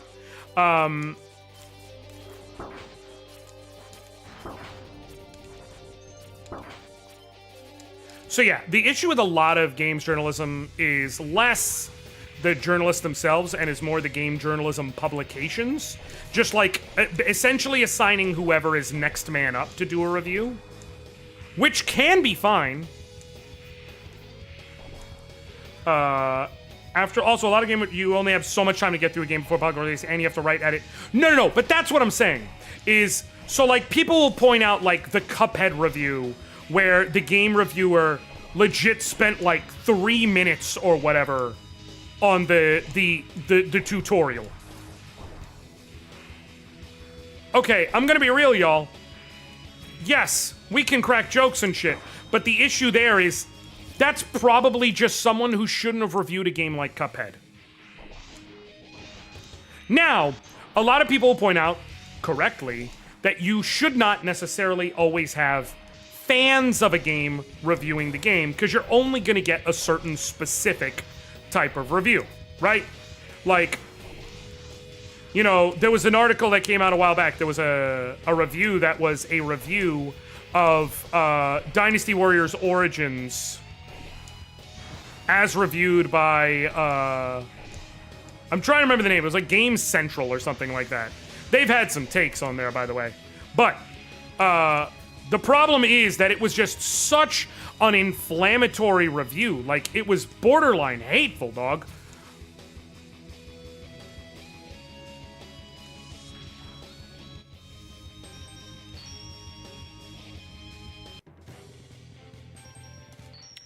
Like, they basically let you know from off rip. They hate Warriors games and everything Warriors games are. There was going to be no objectivity. They hated the concept of a Warriors game. They felt that they were literally upset that the series was as popular as it was. All right, man. At that point, like, the only value in that review is letting people who hate the series already know, if you hate the series and you never wanted to get into it, this is not a game that's going to make you do it. Which is such a limited purview. If you want to get someone who knows nothing about the series to do it, fine. But someone who's actively antagonistic, that is the exact same brush as someone who's openly a fan. Just in the other direction. Hi, Seffi. Right? So that's why it's very much a thing where I'm like, I am adamantly not saying only fans of a game or a series or whatever should review it. Adamantly not saying that. You should get diverse opinions. But someone coming in who has a complete preconceived notion against them is in many ways just as unhelpful. Man, I remember the quote-unquote good old days that were not good old days of X-Play, and every time they did a JRPG review, they were the fucking worst because they did not like JRPGs. And it's like, okay, this does nothing This does nothing for anyone who does not already hate JRPGs. It does nothing.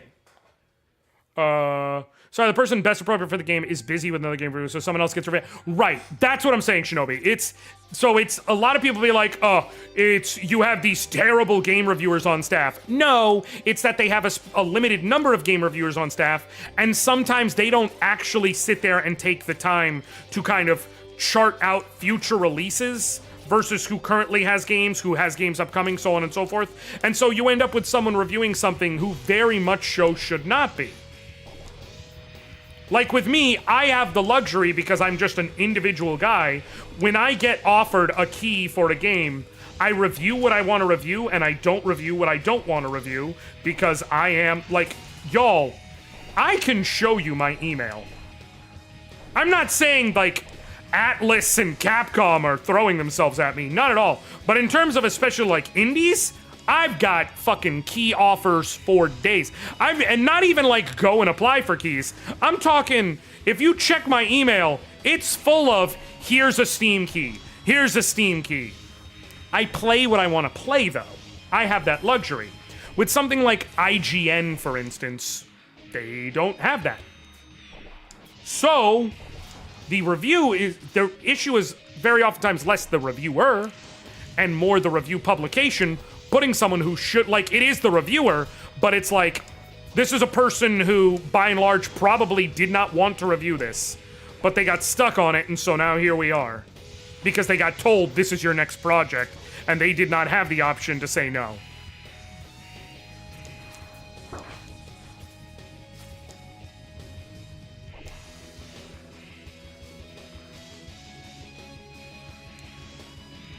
Oh. Okay. I guess because I already fought Vile?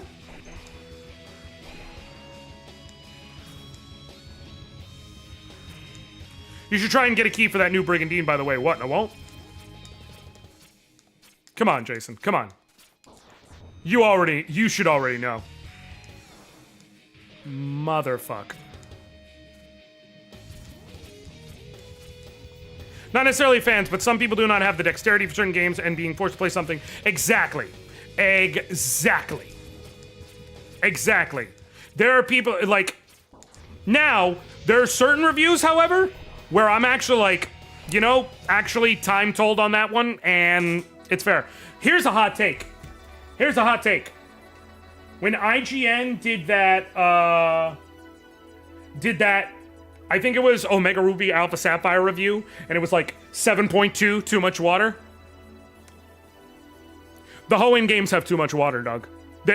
You can be mad. You can be mad because you like the game. They have too much water. The distribution of types and the distribution of places you go is way the fuck out of whack compared to every other Pokemon game.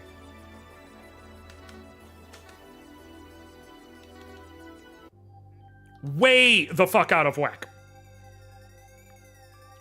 Can I swap my foot parts now?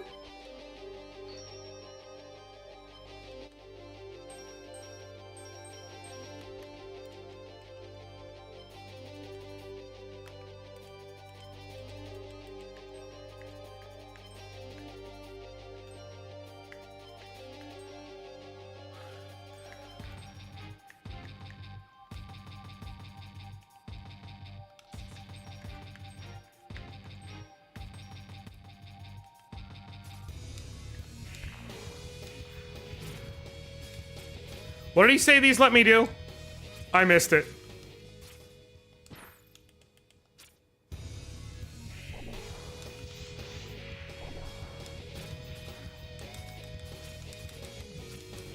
Oh, second air dash. Cool.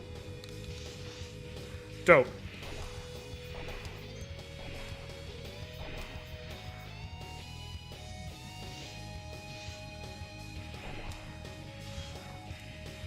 Sweet.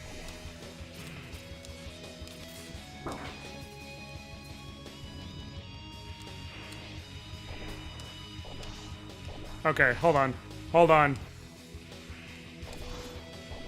Son of a bitch.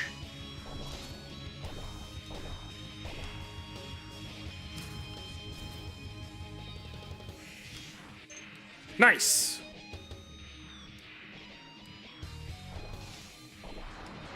Nice. Can I? No. There might be something there, but I don't know. Okay. People also act like YouTube gamers are unbiased or unpaid for their opinions. I promise that's not even remotely true. Okay, no, I will push back there. The vast majority of people who are playing on YouTube or whatever are absolutely not paid. The number of people who are actually paid when it comes to... So, they don't get paid 99 times out of 100 for a game review. They'll get paid to show off a game. Like, I've gotten even a game sponsorship once where I was actually, like, legit paid for showing off a game for Sunderfolk, though it was a game I, genuinely enjoyed, so it worked out nicely. But, by and, like, I don't get paid to show off games. What I get is I get a free game key to show off the game, and then in a very, very, very, very, very limited number of cases,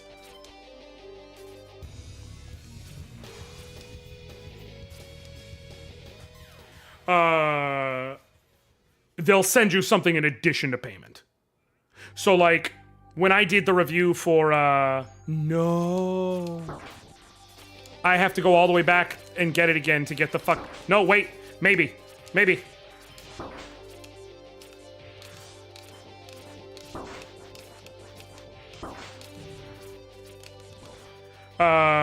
So, like, when I did, I got Tactics Ogre Reborn about a month before anybody else did. Because the, at the time, influencer manager was a good friend of mine and knew how much I loved Tactics Ogre as a game. And so was like, hey, would you be willing to do a video if we got it to you, like, super early, talking about... what it's like up through Chapter 1 in Tactics Ogre Reborn. Alright, cool, no problem. So I got it like a month early, and I had to keep the preview of my video specific to, like, what was shown off as things in Chapter 1 up to a very, very big, important, pivotal moment that anyone who's played the game knows what it is.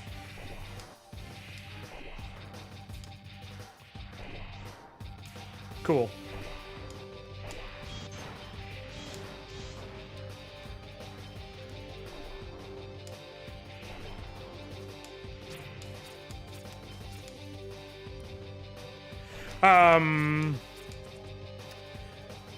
And so what did I get out of it? I got the game key early, and then they sent me a physical copy of the game, as well as a steelbook. Trust it. It applies where their hate for a platform is on their sleeve and they cannot trust. No, fair. That part is fair.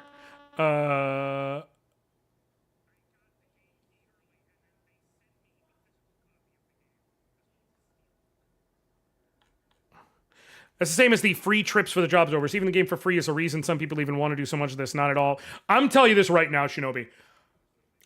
I know a lot of reviewers. A game key is not worth lying over. Because then we have to play it. And also, especially if you're talking about people playing on Steam, they'll oftentimes have their friend list public with a lot of people. You'll be able to see how many hours they put into a game, things like that. Lying, it ain't worth putting yourself through some shitty games. I know a lot of reviewers. I know reviewers with some big sizable platforms. A lot of people argue, oh, when they have a huge platform, they're taking all the free shit. Quite the opposite. They're being far more picky with their time. You think someone like Maximilian, dude, is playing some shitty game he hates for a free game key? No. Now, at the biggest level, again, they'll often get paid for it. They'll get paid to show the game more so than review the game. It's like, will you play our game? Not even necessarily do a review. For the people doing reviews, they do not pay anyone to do reviews. And I'm telling you right now, 99% of people, you're not going to see them be like, oh, I'm going to say a bad game is good. Because I've got reviews on my channel that are 6 out of 10s. Because I did not enjoy the game. there was a game I was excited for that I thought looked dope. I went out of my way to pitch them about getting a key to review called Empire of Sin. I thought it looked great. I played it. It was clunky. It had so many issues. Okay? And I was honest. It's a 6 out of 10. You can find fun there. It's a 6 out of 10. It just is. I still get game keys. Like,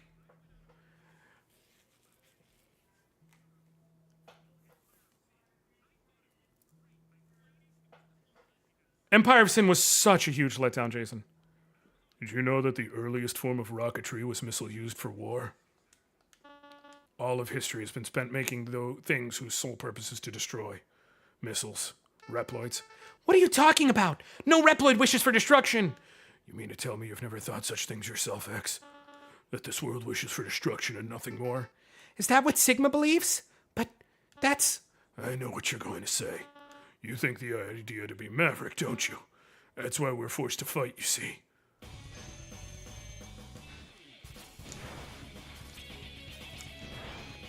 I think you're missing my point. I'm not talking about the reviewers. I'm talking about how people treat both types of reviewers and pretend one type is more innocent than the other. No, but that's just it. Like, if your argument is that, like... if your argument is that, like, hate grifters, people whose whole job is, man, this game sucks and, like, this company sucks and everything is woke, especially those fucking people, is the same as people getting a game key to review. I categorically disagree. I don't even think it's in the same hemisphere.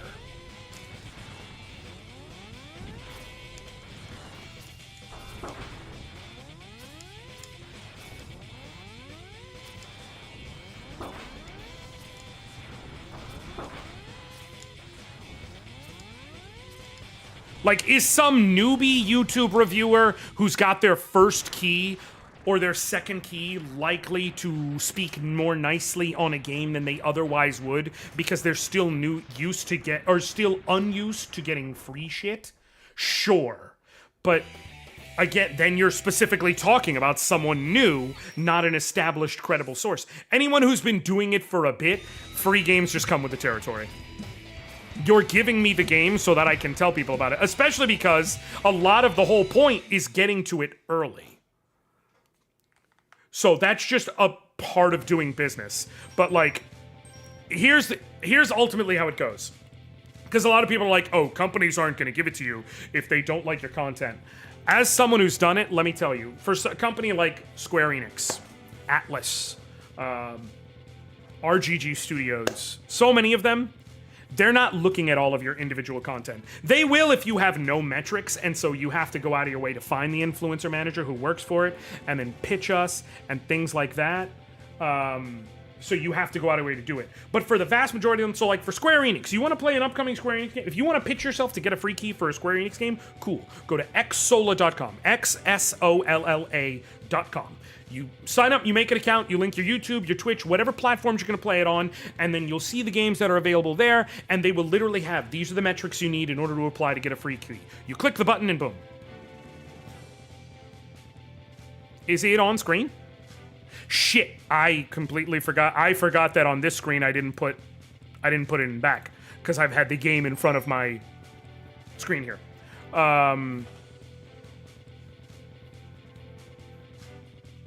So it's like, it's literally just, do you have the metrics? Click to apply. It's a mostly automated system. They'll maybe look and make sure you're not out there saying slurs you shouldn't. Beyond that, they don't care. They're not checking your actual content anymore. If you're talking about individual people reaching out to an influencer manager, sure, but even then, it's because you're a smaller streamer and they want to see what you're like. But for anyone who's established, like when I apply for, I can tell you right now, if I go to xSolo right now, I think they have Paranormacite on there and something else. I think Square Enix has 2 games. This is just, I'm gonna actually do this. I'm going to log into it and I'm gonna show y'all literally what it looks like. Because I'm fine with transparency. So that because this is the kind of thing where it's like, there's a lot of misinformation. So if we go here, cool. Continue. Log in. Yeah. Continue. Cool. In the Xsola network. If I go here, takes a second to load, obviously.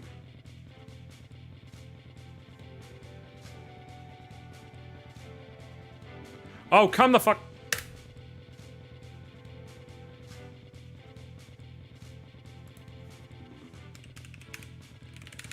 Tell me, no!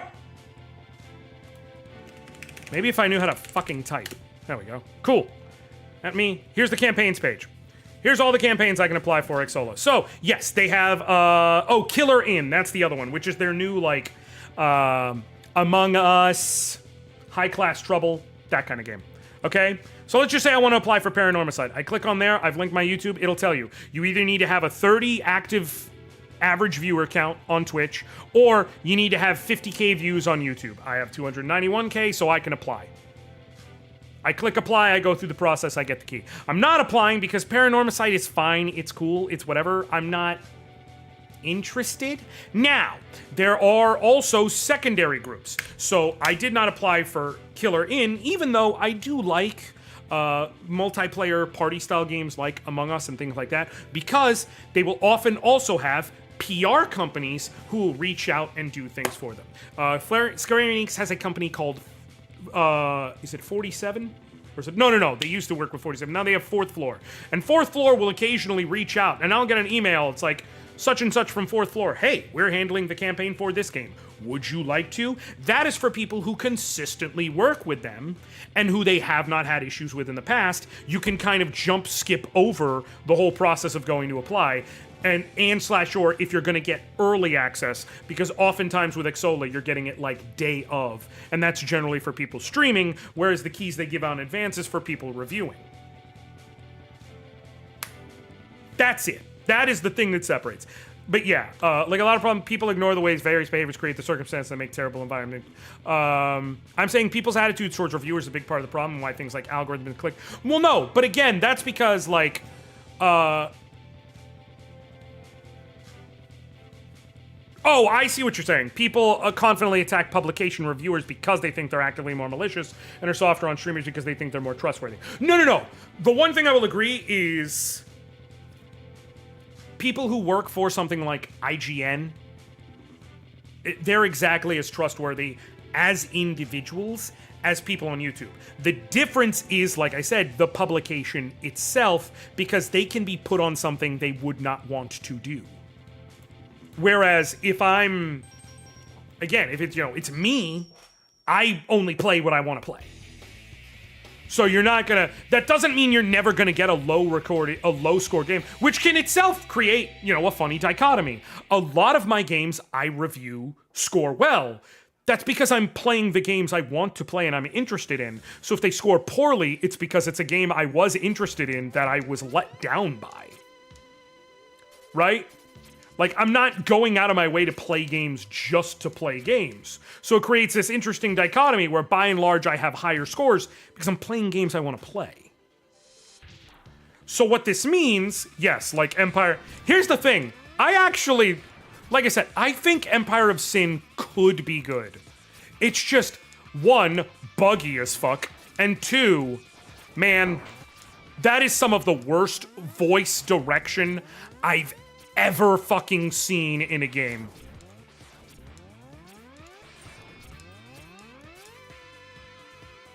It's not even voice acting. There are some performances that are great, and there are some performances that are, and I cannot stress this enough, dog shit. Ah, man. I'm gonna quit and come back, because I know there's an S rank. I know there's an S rank.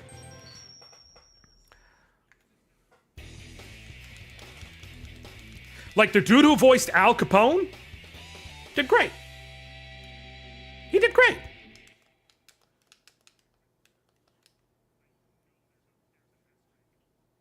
Like, for me, I already gave up caring about opinions of a game I'm already interested in, but I will listen to some people I trust in various games to see how much we align, but not form an opinion.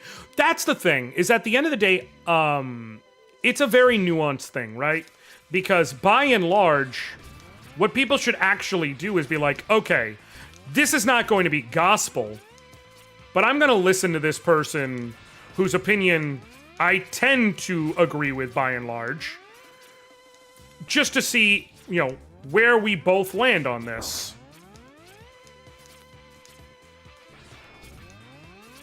Especially because it involves money.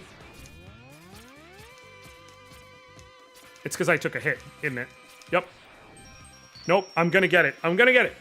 I'm gonna get it. I wonder, could I use the lightning one to, like, smack those dudes from range without having to... I think that's how we do it. I think that's how we do it. Let's try it.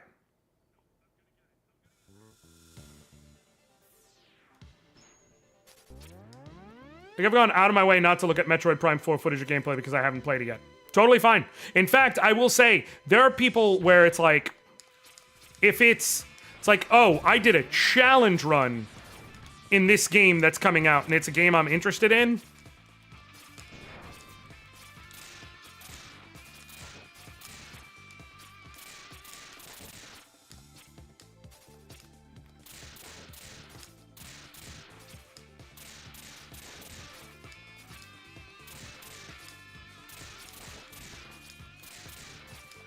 Yes! Come on, come on. Knew it! Fucking knew it. I knew there was an S rank. I don't know what it does for me, if anything. But, okay. I don't want anything stripping from how I want to feel about it. I want people that, yeah. Exactly. Like, like I said, there'll be, like, games where it's like, I want to play that game. And I see someone who I know and enjoy do a challenge run of it. And I'll be like, nope, I'm not going to watch their video, despite being a fan, because I want to be able to...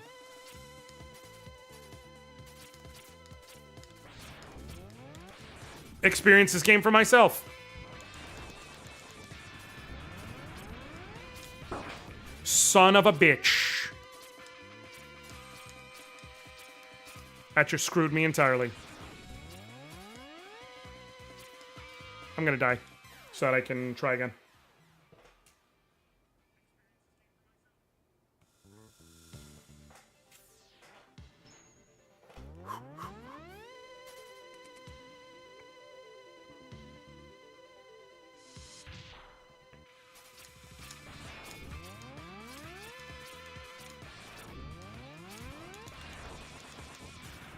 Cool.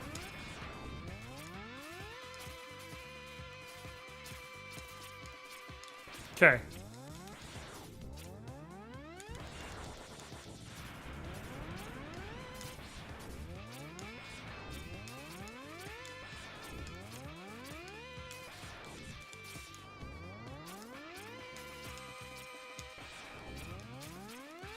I took too long. Let's try again. I'm not always that way, but Metroid and Castlevania will protect my innocent feelings about that series. That is important to me. Listen, I'll tell you what, I'm so excited for Belmont's Curse. I'm curious who this new Belmont is. But I'm so excited for that game. Also, Trevor, your genes did not even fucking try.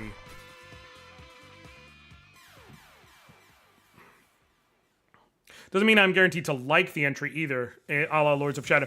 So here's the thing. I played Castlevania Lords of Shadow last year. I actually... Was it last year or the year before? It was the year before. Other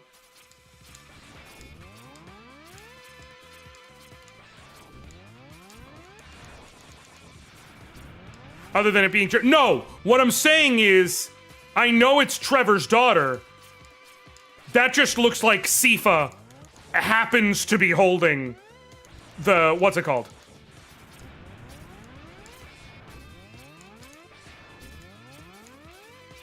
Damn. I'm gonna do it again. Come on! Come on! Come on! Just barely! Just barely. That just looks like Sifa happens to be holding the vampire killer.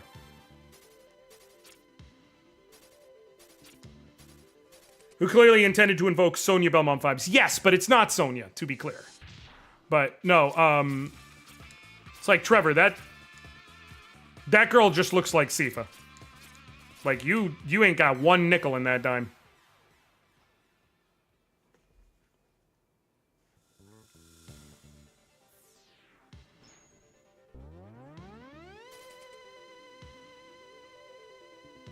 Okay. 14 enemies.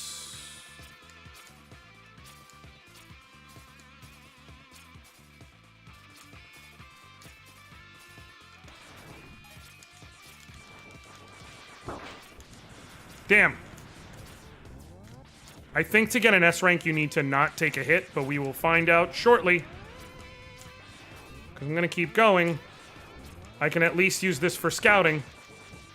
You definitely can't take 2 hits. So...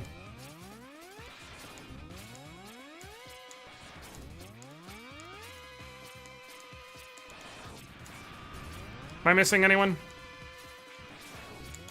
Nope. Cool. Yeah, I'm gonna go back and die on purpose. So I don't exit the stage, but I can try again. Wait, what? Come on. Alright, they're all just along the path. My immediate response to the trailer before the website was thinking they finally re-canonizing Sonya, and they said it was after Curse of Dark. Yes, timeline-wise, it takes place in 1499.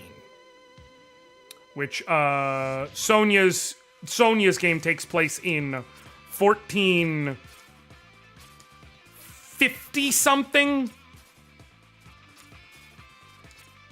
I forget exactly when, but I do know it's 50-something.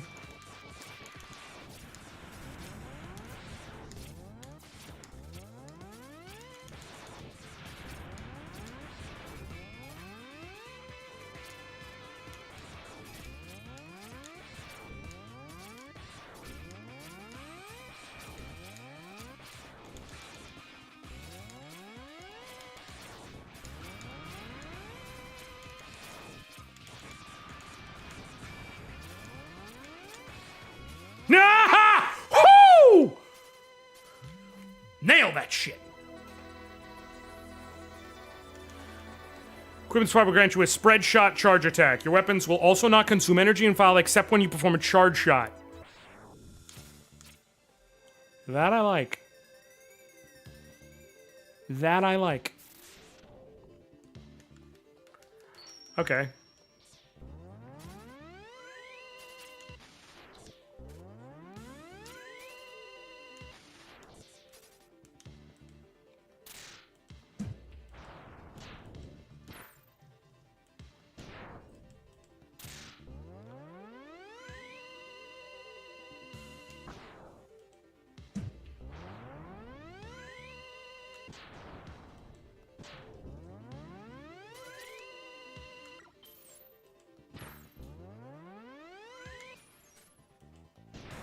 Just trying to see. Alright, cool. Nothing I can do to get by that yet. That's fine. Don't need to.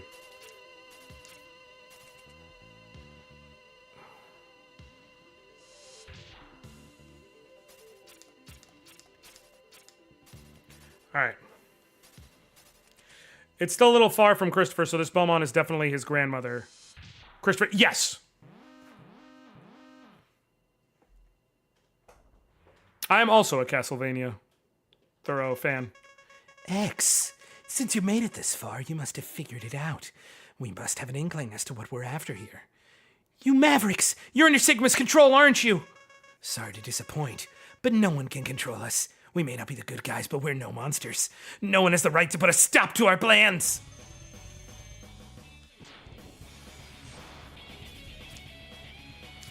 Yeah.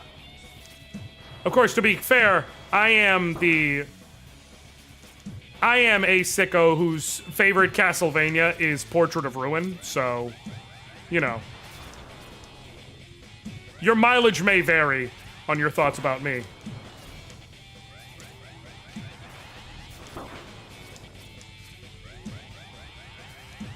You know, I am very big on guys only want one thing, and it's Charlotte! Jonathan! Charlotte! Jonathan! Charlotte! Jonathan!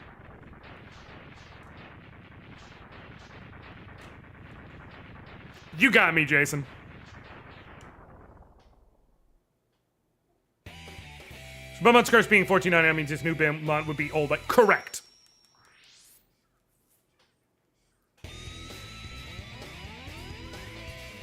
Alright. I got a shield now. I'm good with it. I love Portrait of Ruin so much.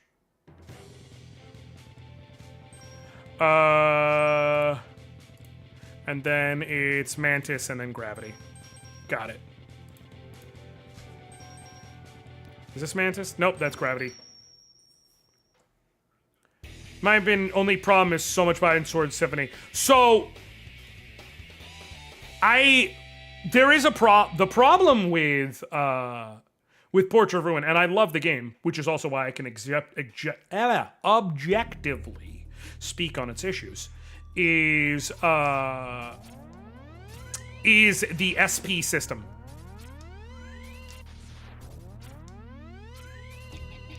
The SP system for Jonathan and not having anything of similar purview for Charlotte. Because what it leads to is Jonathan has no...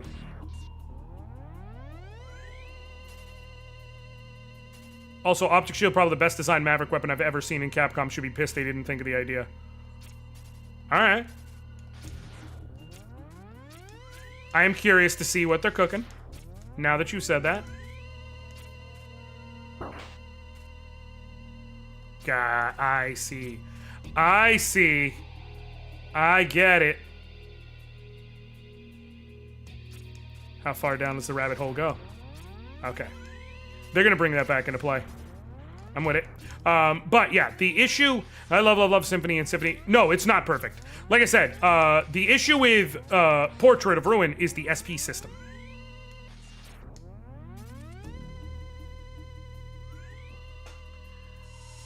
Because the problem with the SP system is it gives Jonathan a reason to go out of his way to use his sub-weapons, which is good. I would in fact argue it's very good. It encourages you to do more than just pick whatever the current strongest weapon is and go.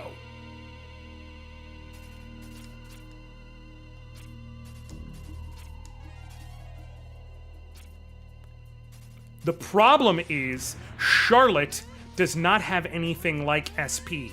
Her spells are static. They do not get better, they do not get worse. By design, as a result, the game is encouraging you to use Jonathan and his sub-weapons and is actively not encouraging you to use Charlotte outside of, like, because a sub-weapon has to be used at least once on an enemy in order for it to die, against most rank and file enemies, you are encouraged to use Jonathan because you're going to use it once and then he's already out, so you're going to continue using him to get the kill. Charlotte then just gets relegated to boss kill duty, which is fine, but it severely limits things. If you gave Charlotte some sort of optional ability to grow, now you're more thoroughly encouraged to use her. And that changes the dynamic entirely. Now she's not just the also-ran boss killer extra character, she herself has a whole growth system. Nice. So I do have the ability to break those now. Shit! I was not supposed to break that, however.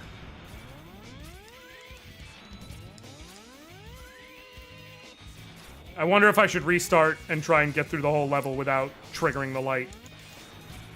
Well, no, that's the thing, Shinobi, is like, of course, because the literal design of the game is basically built on the idea that you want to use Jonathan, you want to use his extra abilities, you want to use all that, and Charlotte is there too. And she's great when you're in bosses. There are certain boss fights that, like, she trivializes with some of her spells. But for a lot of rank and file enemies, you're not going to use her. To say nothing of, listen, I have done a hard mode level 1 run on the Dominus collection on my Switch. Beat the whole thing so that I could have a new file where I had, you know, Konami Man and everything. There are certain fights where Charlotte is integral to even have a chance at winning a level 1 run. But even in that situation, eventually, the reality of the system is to beat a hard mode level 1 run, it's about unlocking the second set of levels, second set of portraits, and getting yourself a suit of old armor. Or ancient armor, or whatever it's called, I forget. But once you get that and you equip it to Jonathan, congratulations, all difficulty is gone. Because ancient armor just makes it so that regardless of your defense, you will always take exactly 10% of your health and damage. And so now you just need to make sure you carry around a suitable amount of healing items. Shit. That was stupid. Well, to be fair, the way that Order of Ecclesia fixed it is not so much Shanoa's use of both, it's just like Shanoa being one character. Right? Oh, that dude is lighting the way. And I almost killed him, too. Huh.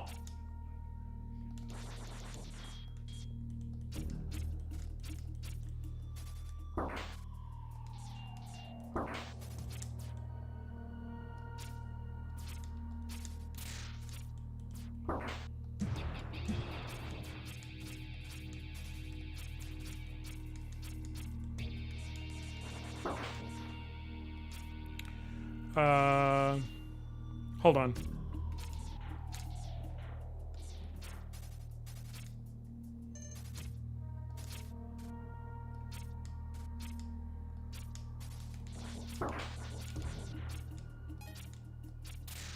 Haha! Secret tunnel! You can use many of the spells as well as you can. My default attack in order was Suma. Yep. That shit was so fun. Okay, what do we got? Body parts 8. With this part equipped, you'll be able to heal damage taken by hitting or destroying enemies. Ooh, I like it.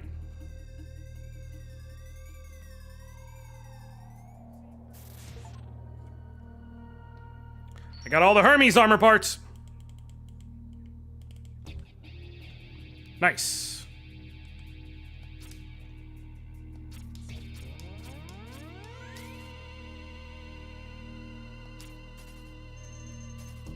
Cool. Shit. Damn it all. What's over here? Oh, I see.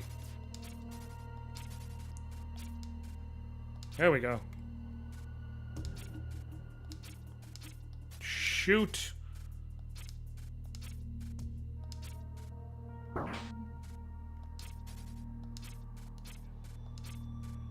Hold on. Hold on. Let me focus here. Let me focus up. Clutch up. Yeah, buddy.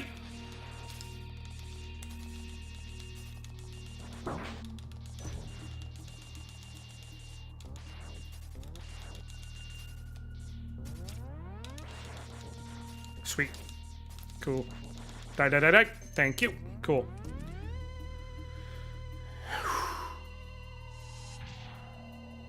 All right. Boss fight time. Boss fight time. Bring it on, bro! He's a ninja.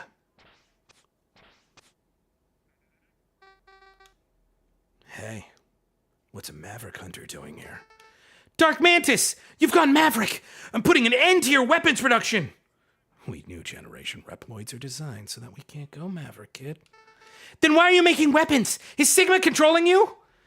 And what exactly is controlling you, X? Your precious justice. Is that it?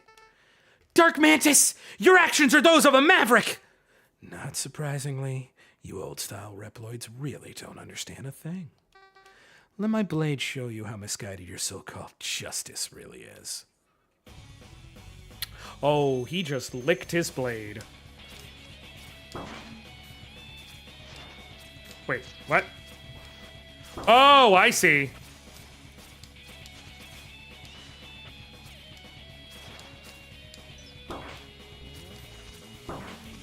Okay. Can you...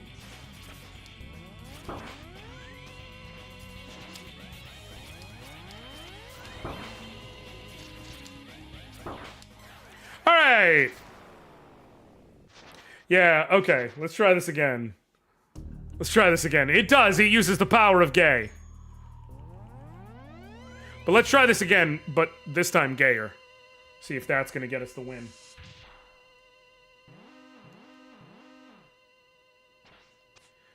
Alright.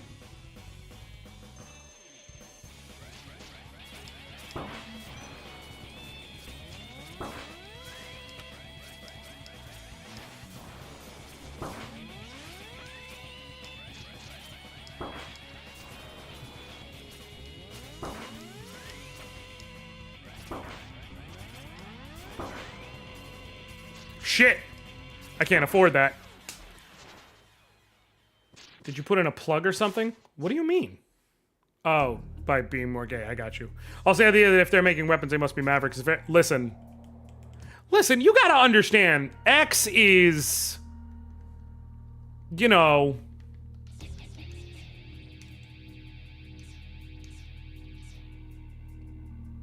I don't have a better way to say it. X is a weenie. He's just a fucking weenie, man.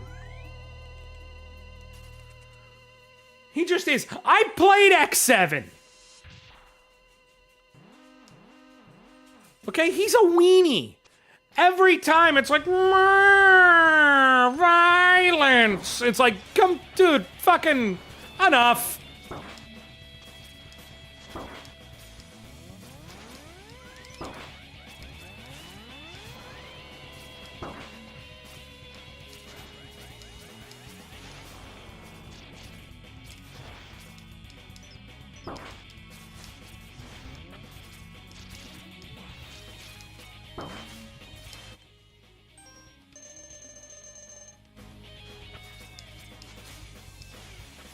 Yes, Sephi, this is a fan game of Mega Man X8 demade into 16-bit. Motherfuck, he is just annoying, dog. Whoa! That was a big slash.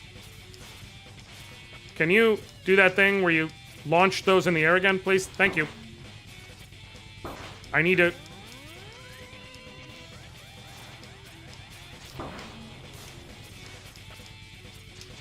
Cool. Sweet. So we're still not on Alien Chronicles. No! And I explained why. Also, it's because I did not get my hands on a copy yet.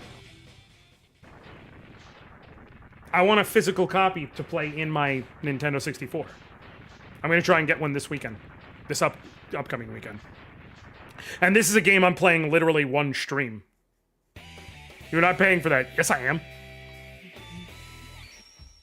If I'm gonna do this, I'm gonna do this right. I don't want any fragmentation from, like, artifacting from trying to stream it. From emulating, excuse me. We're gonna get the definitive Aiden Chronicles, the first mage for the Nintendo 64 experience. Only available here. Gonna fucking hate it. Gravity Ant Onion. Okay. If I had a nickel for every onion-based Mega Man X boss I knew about from a 3D Mega Man game, 2 nickels. Not a lot. Weird to happen twice.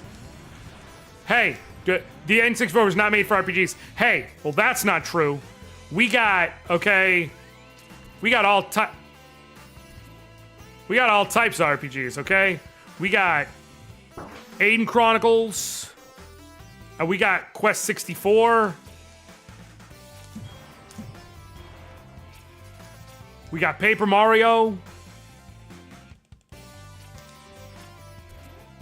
And we got Ogre Battle 64, Personal Lordly Caliber, my literal favorite N64 game.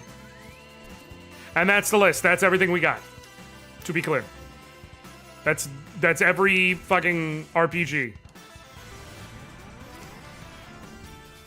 It's everyone.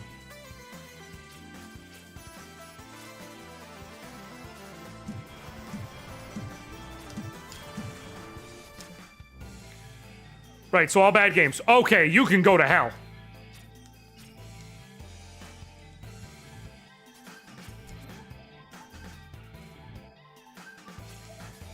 How dare you try to tell me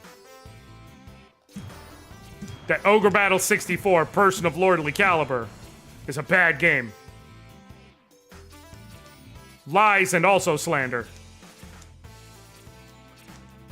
Wait, Shinobi, are you talking about that tech demo they did that was like Locke and I believe it's supposed to be Celeste and Shadow, but it might be blonde hair Terra and Shadow fighting like a golem? Also, Paper Mario is objectively a good game. Jokes aside, like, I love Ogre Battle 64. It is super niche. Paper Mario is objectively a good game. Vile again. Vile! I'm through chasing you down. Let Lumine go now! Lumine, always the positive thinker, aren't you? Look around you, fool. Your world has already begun to crumble. Are you so dim as to think you're in a position to make demands? The world as you know it, Mavericks? Kiss it all goodbye!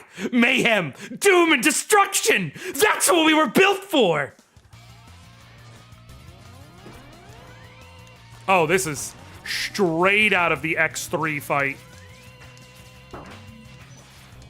Hell yeah.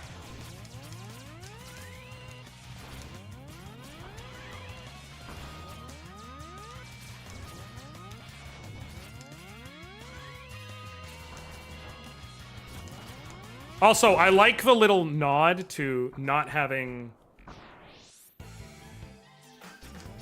I wasn't joking. About what?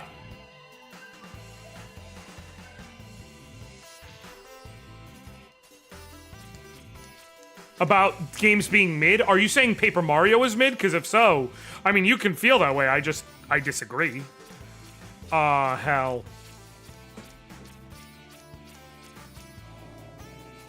I wonder,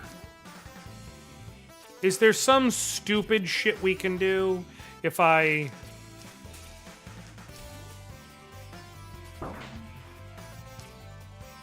Yup.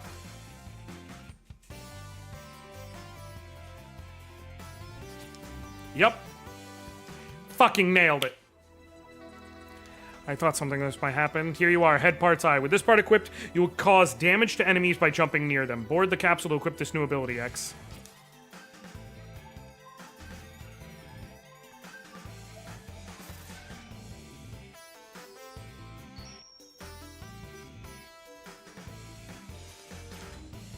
No, I never played. I'm messing around. No. Okay. I got you. You're just trying to hurt me. No, Paper Mario. Now, you wouldn't like Paper Mario, but that's because you don't like timed hits. Which is a different thing.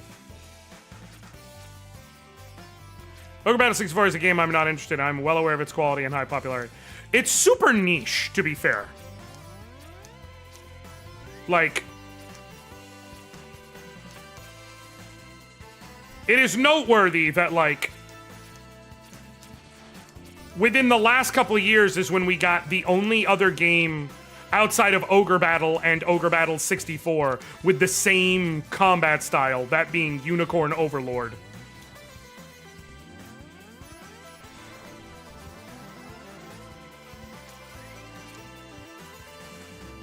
I know, you hate timed hits. It's because you ain't got no rhythm.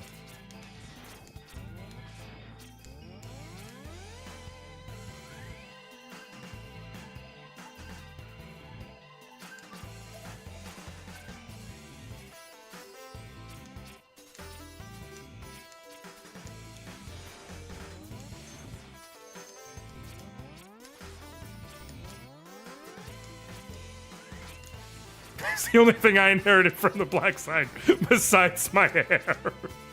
God damn it.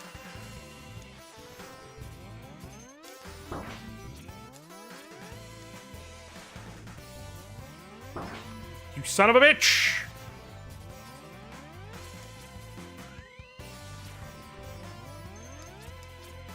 Hey!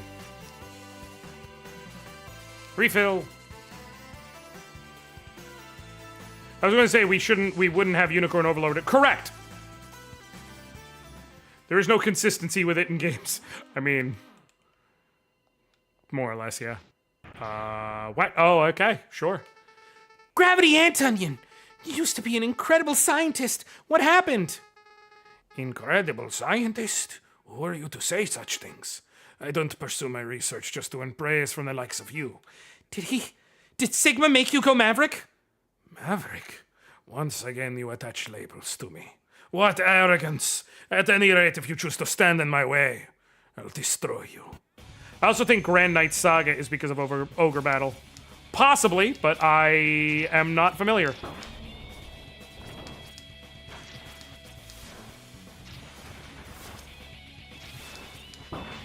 Shit. Okay, this is an interesting battle dichotomy.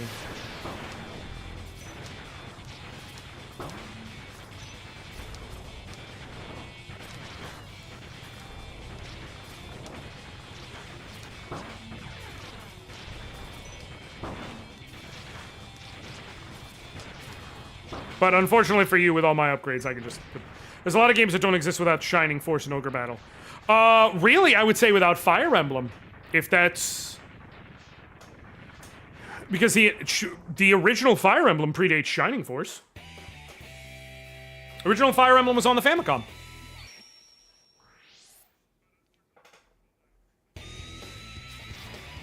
And really, does Fire Emblem predate Nintendo Wars? I don't know. Nintendo Wars on the Famicom was itself the precursor for 100%. Oh, I can look. It gives me a completion percentage. That's dope. So I can look and see where there's still, like, possibly things. Oh, there's several. I'm just gonna continue. Your mom predates Shining Force. Yes, she does. By several years at that. Yeah, the original the original Fire Emblem, Shadow Dragon, and the Blade of Light. I think people are more inspired by Shining Force in the West and Famicom Wars and Fire Emblem in the East. The pushback I'll give there is a lot of the, like, even Shining Force was itself inspired to a degree by Fire Emblem. Now, hilariously, it was inspired by someone who actually disliked a lot about Fire Emblem.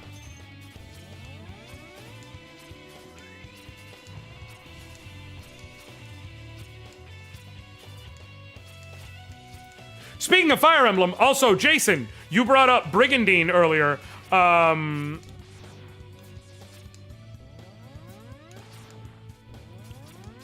The director for the new Brigandine is a hella Fire Emblem bet, which is Horikoshi, who is the dude. He was the scenario writer for Fire Emblems, literally going back to Thracia 776, and as recently as I think he was even on that Three Houses. Like, dude's been on the teams forever in different directive and scenario writing roles, which gives me a lot of hope.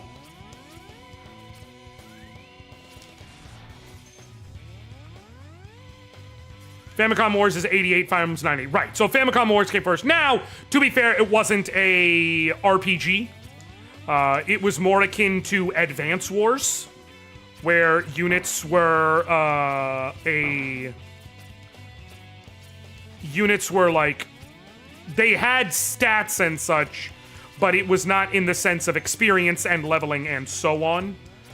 But there is some connective tissue there. I didn't have a new dog. When I saw that during the state of play, I was like, what? I was genuinely shocked. If you gave me 150 guesses on what I was gonna see that day. I would not land on Brigandine. I would have landed on several things twice before I landed on Brigandine. I mean, like, so we're gonna see a new Jak and Daxter. We're definitely gonna see a new Jak and Daxter. Are you sure we're not gonna see a new Jak? I would have guessed Jak and Daxter 3 times before I guessed Brigandine. And to be fair, I don't actually have a lot of hope for a new Jak and Daxter, which sucks because I would love a new Jak and Daxter, but like,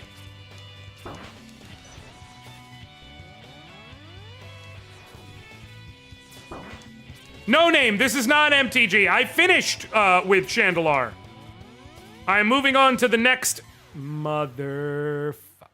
moving on to the next of my 12 for 12 games, which is the Mega Man X8 Demake. This is a 16-bit demake of Mega Man X8. It's fine. This was never a no lives lost run.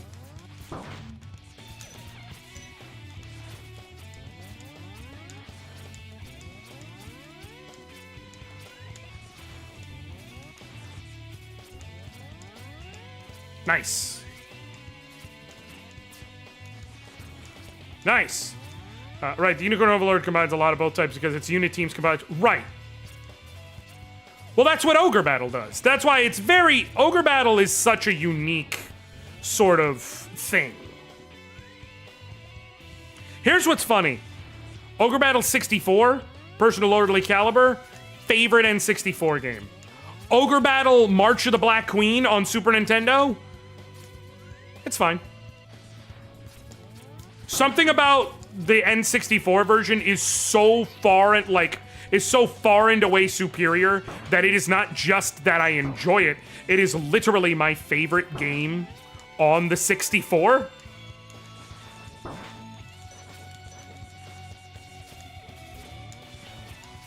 Whereas the original is just like, you know, I'm not opposed to playing it, but I'm almost never going to go out of my way to play it.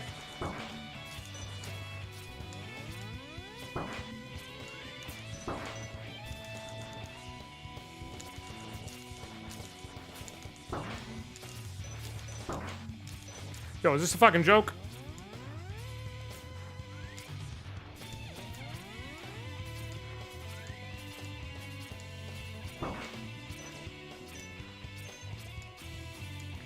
Okay, ha! Okay, cool. I'll play you at Commander, I don't know how. To play me, we would have to do it via, spell table, generally, would be the usual preferred methodology by which to do it.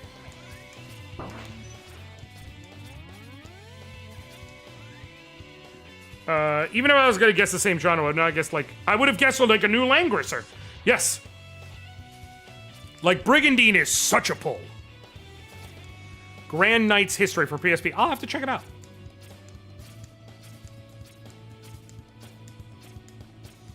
The only game system that is any good is the Panasonic 3DO. Well, that's a fucking lie.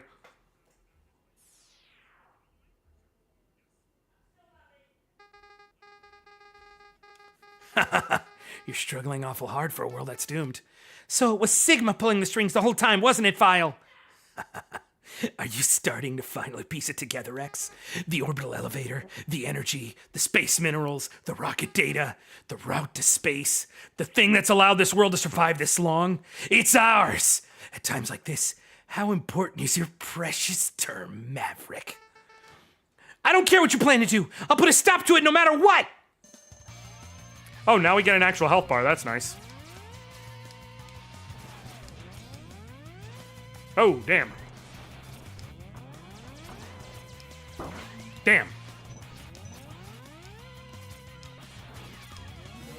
Whoa!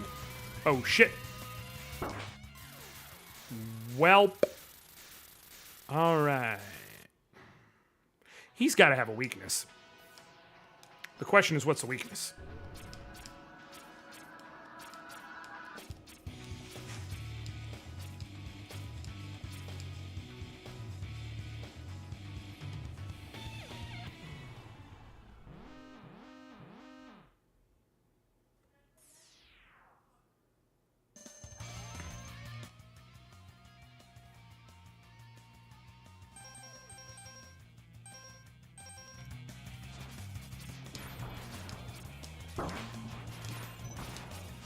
Okay.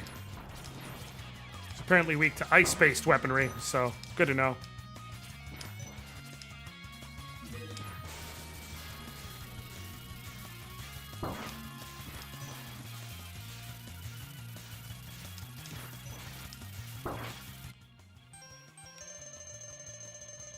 Cool.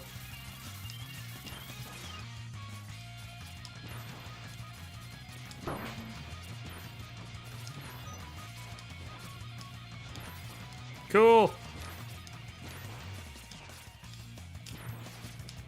Nope. Got your ass, bitch.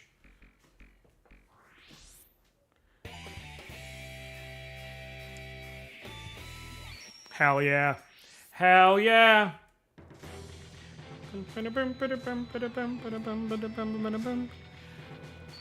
Gateway.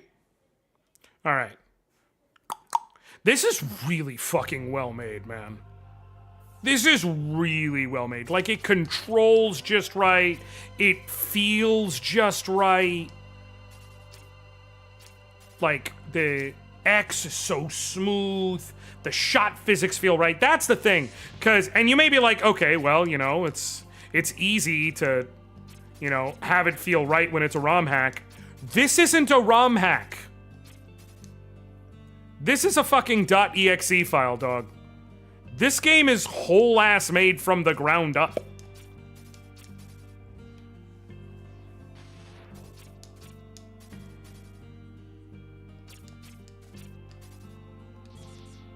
Like,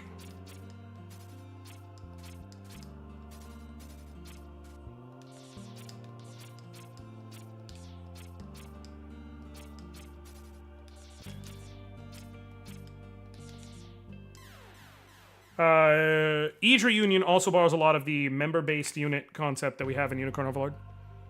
I'll have to check it out. I've heard of it, I just haven't played it. Oh, I needed to put on the orbit shield.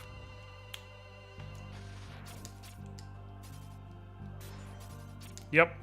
That just made life so much easier. See, this is what, like, the best Mega Man games do. This dude did a great job with this. Is making sections in the later... in the, you know, Sigma Fortress type stages where you have to use your various powers to the fullest in order to get through safely and effectively. Where you take all the skills you've learned and you put them to the test in an environment where it knows you have a certain baseline of powers and things you have to have. Well, I don't necessarily play a lot of strategy tech RPGs. I play in, here we go. I play... Oh, what the? Can I not enter that one? Oh, I guess each one opens another?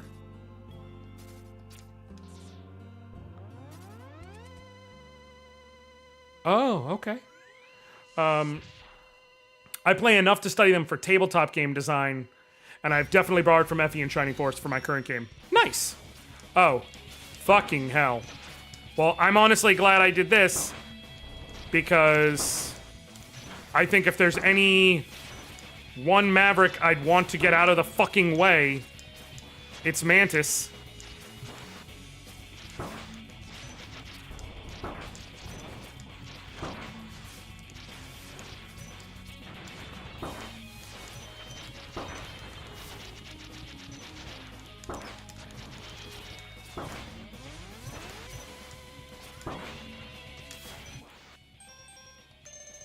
Cool.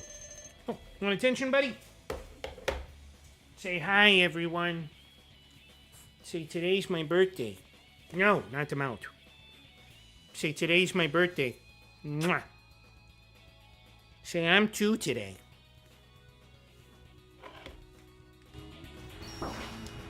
Dope. Okay.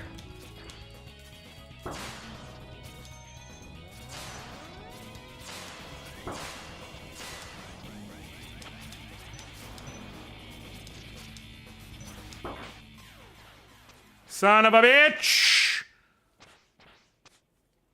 You having a good time over there, dude? I'm gonna presume yes. Okay, I definitely am going to get rid of him as fast as possible because he is the fucking worst.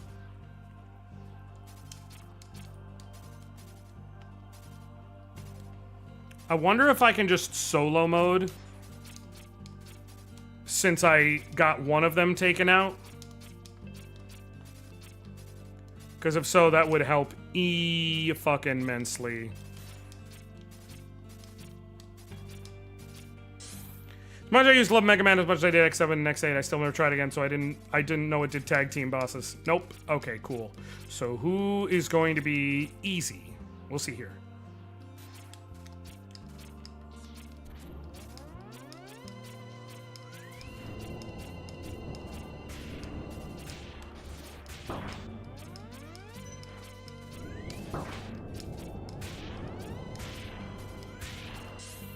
I barely touched X8 even on Steam Deck for free. Fair. Okay, who am I up against here? Mantis and who?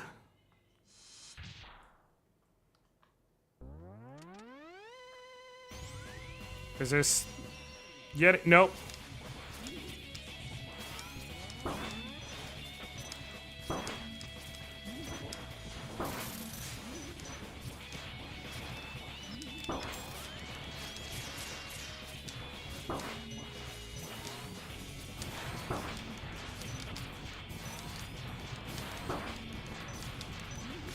We just gotta load in this motherfucker.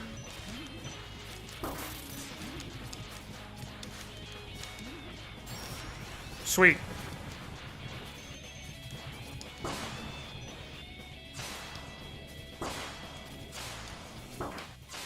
Mother!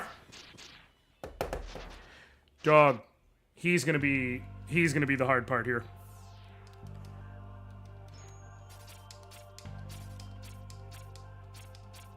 How many lives do I have? Okay, I have a couple, but the problem is I only have one sub-tank left. I do have this Demake installed on my Steam Deck, but I've made time to play when there are so many other games and feeling guilty not working on my stuff. No, I get it. See, here's the advantage is it's a game that you can, even if you're 100%ing it, like, mind you, I'm going slower. It's because I got greedy. I'm going slower because I will stop, talk to chat, things like that.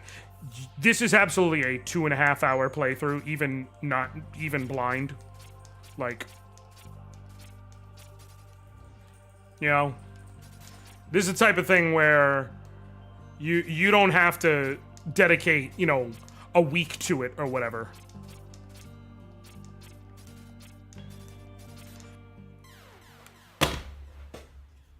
Okay.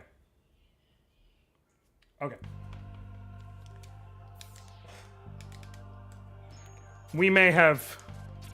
I may have gotten a bit tilted here over Mantis Boy, which sucks because I'm pretty sure I'm on my last life, and something tells me if I lose all my lives, I'm gonna have to redo the two I've done anyways. So, but we're gonna try here one more time.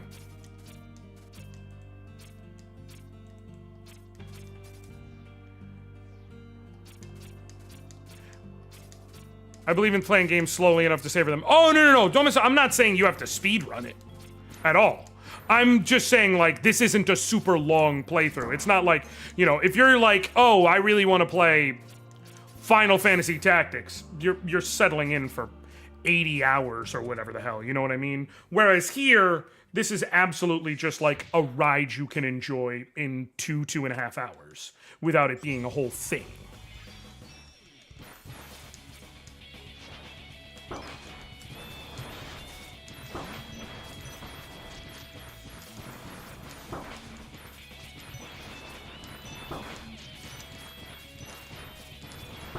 Because I can just unload free range.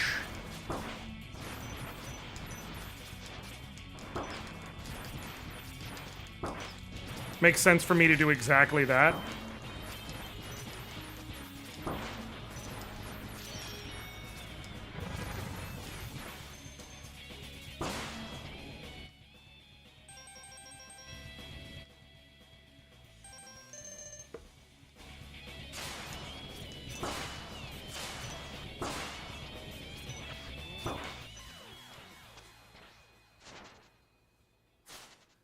Okay, that was my last life, right? What happens now?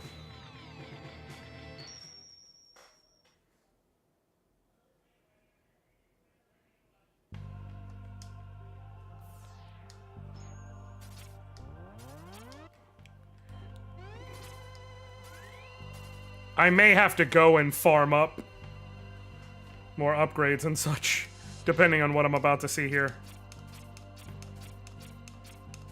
Okay, no, the ones that I've defeated stay defeated. Okay, sweet. Cool. I'm completely okay with that. I'm completely okay with that. I'm gonna keep going till I can clobber Mantis. Now I'm far more willing to use both of my sub-tanks on him, now that I know that I'm fine. Like, things stay dead. Thank you for following Sleep Now. Oh, is that Eric? If so, what up, dude? Welcome in. I am playing Mega Man X8 Demake, which is Mega Man X8, but redone with the same sort of mechanics and everything as Mega Man X1 through 6. Okay, cool. I am so grateful that it does save that in there. That does something.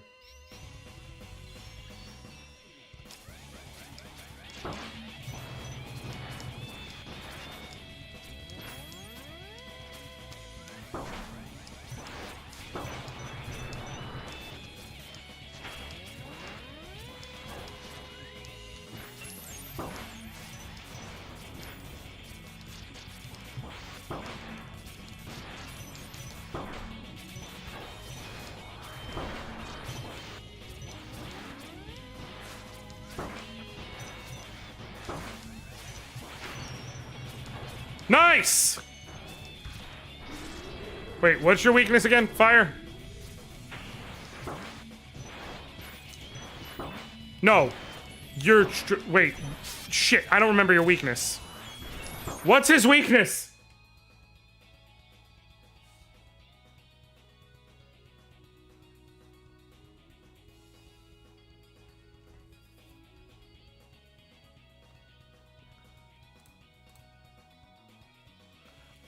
It is lightning. We're fine. It's a old tiny dancer here.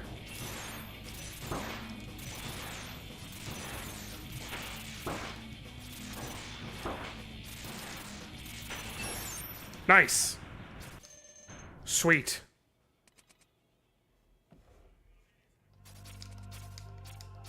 No, the boss that you fight is determined by the color of the gem you get. Each one corresponds to a specific boss.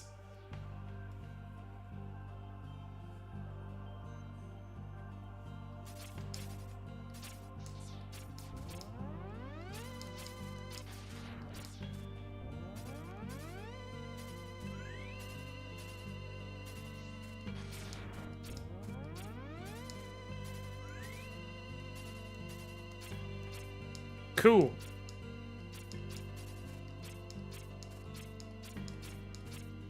Nice. So like I said, I don't know X8 at all beyond the story at this point. No weak. Yeah, I was just... It took me a second to go back and remember. Oh, sweet. So now it's the same chase, but in reverse. Nice.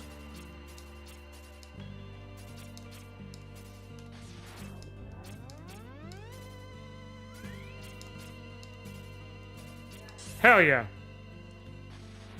Yes, I was choosing to fight Mantis because I knew he would be the hardest fight. So it made sense for me to get it out of the way. What is Homeboy gonna be weak to? Probably this thingy?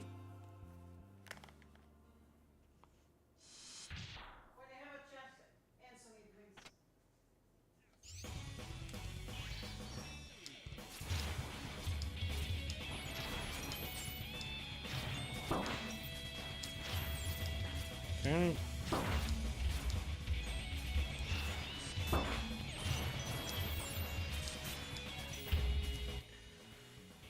1 second, y'all.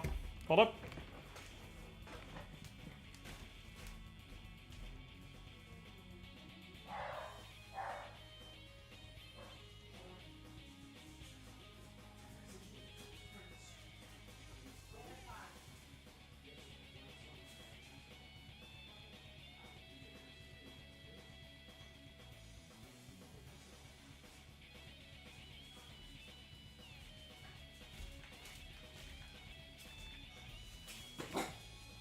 All right.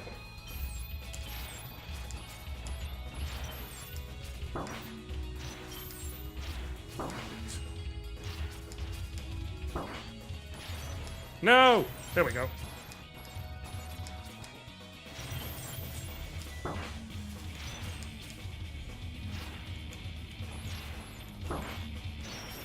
Nice! Cool. Alright, and you're weak to... what is it? Not lightning, not ice, not fire... the missiles? I think the missiles, if I remember right.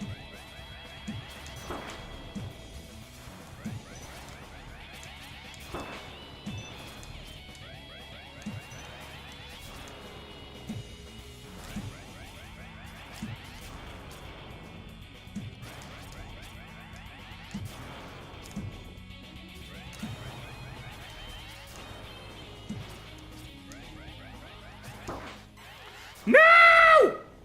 So close! Okay. Alright, how many are left? 2?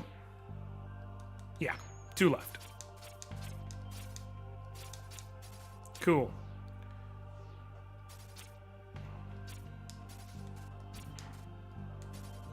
Cool.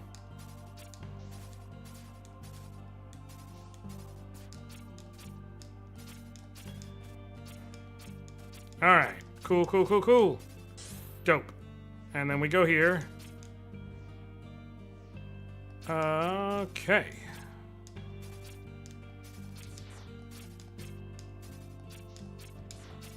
Cool, cool. No, no. Wait, nope. This way? Yes. Sweet. Dope. Alright, last 2. Gonna charge this up.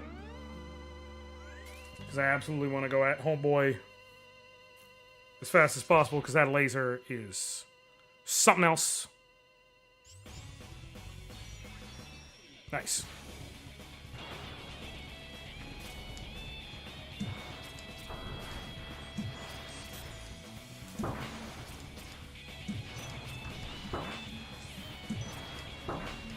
Okay.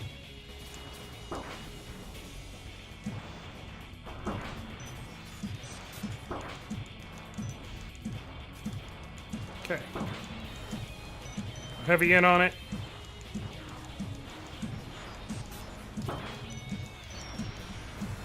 Nice.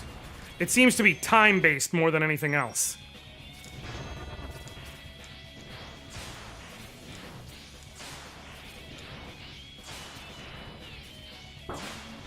Damn.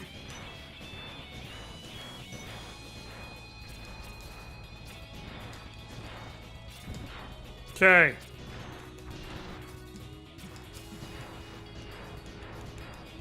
Like they start using their more advanced techniques, not based on hitting lower health thresholds, but based on the time progressing during the fight. Is what I mean. Sweet. That's all of them.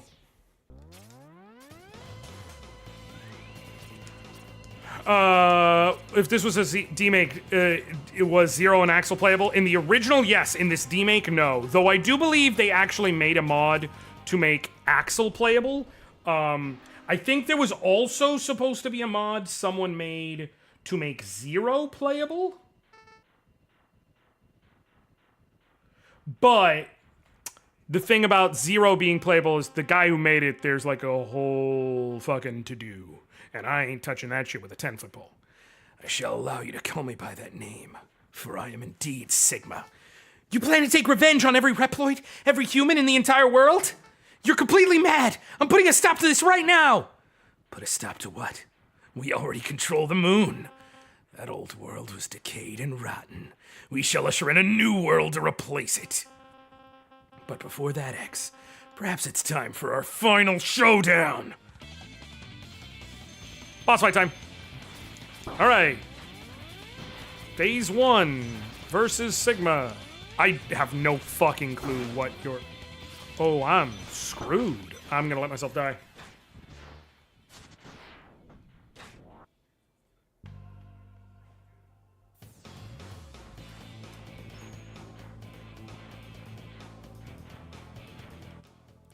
Okay.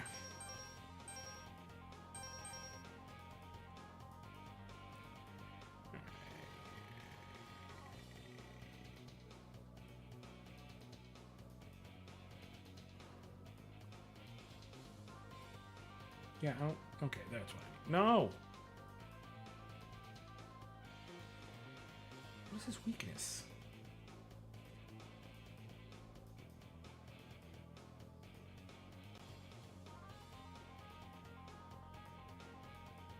Dark Arrow. Got it. Alright. Which will also help because it'll allow me to stay mobile.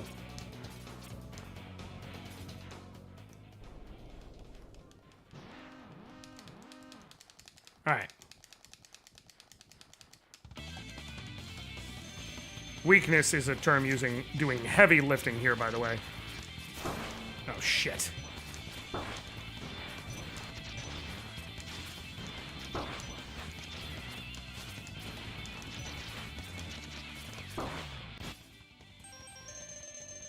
I know he has more than one form is the problem, so...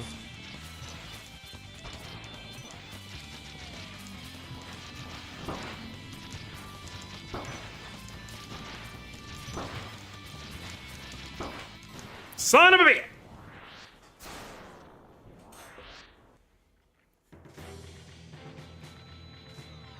Alright, are you gonna let me go straight to the Sigma fight?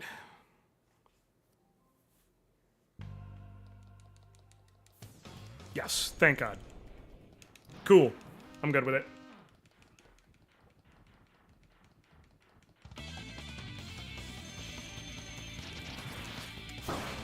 Damn.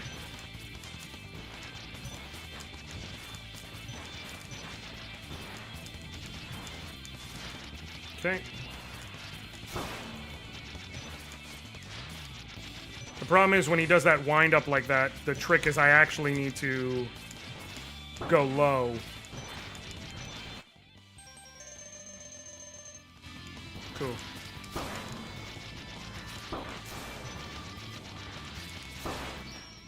Sweet. Copy, Sigma.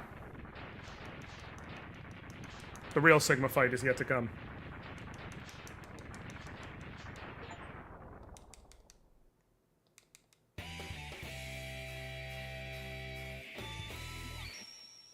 Hell yeah. Alright, Sigma Palace time. See if we can do this.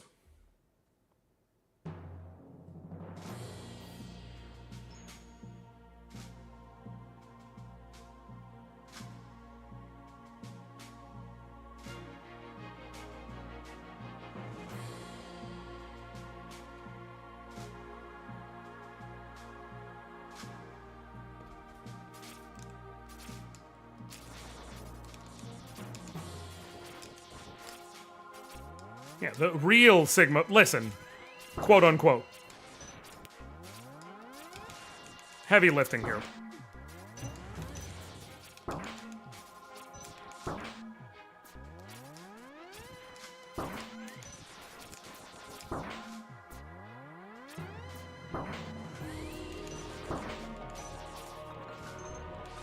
Okay, come on.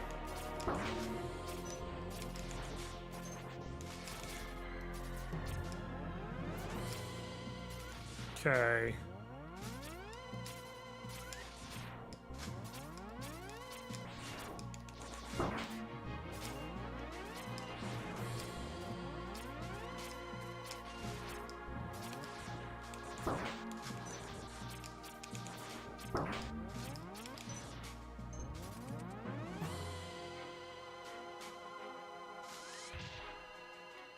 Oh boy, it's my buddy.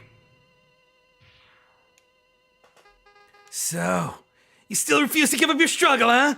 Are you so blind that you've somehow convinced yourself that hope remains? As long as I'm standing, there's hope. I'll defeat both you and Sigma. I suppose it'd be a waste to just destroy you now. Maybe I'll wait till the last possible moment and have a little fun with this.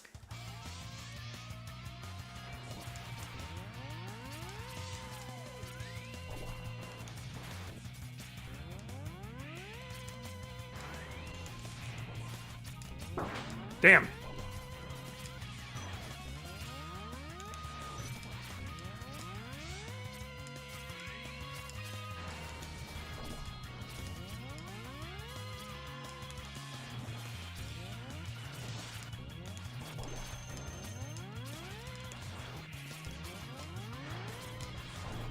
Robot is now ancillary.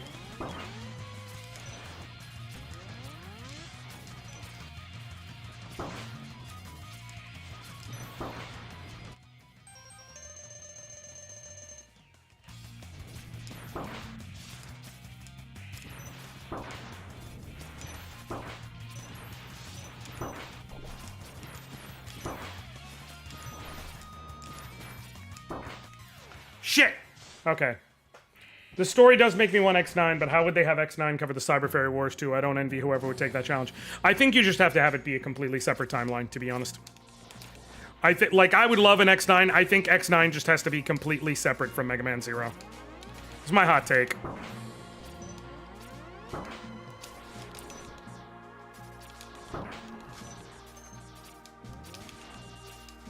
Like, I firmly believe a game can have, or a series, even a beloved series, can have multiple concurrent timelines and still be fine.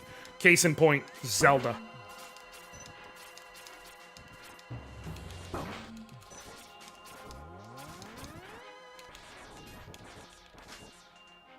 Cool. I'm gonna make a game and please fans and also still ties back into Mega Man Zero story. It's a yeah. I don't know how they'll pull it off, TBH.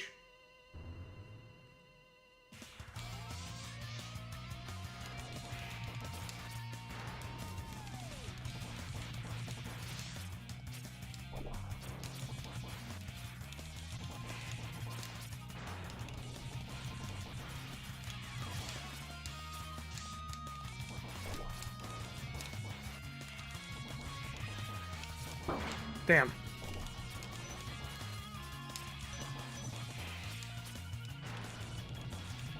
I was trying to see if I could get through this entire first phase without actually taking any hits. Apparently not.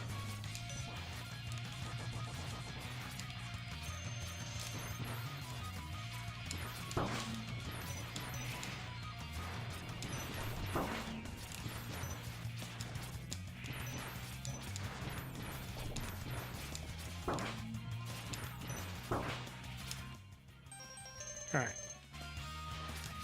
The rate I'm going with damage.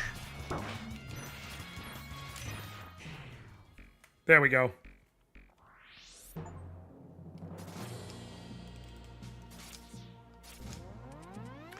All right. Oh, good. The copy Sigma hallway. So you think Zero CX has to be a branch of MMX, but Dragon Ball Super, like how Battle Network is a timeline branch of Mega Man 1 where they moved away from robotics? I don't think it has to be. I think it would make everyone's life so much easier. If they just said, yeah, the Zero games exist, and they're in a different timeline.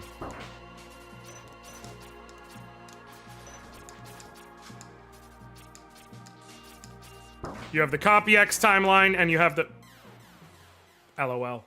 You have the Copy X timeline, and then you have the not Copy X time. I don't know what you would even call it.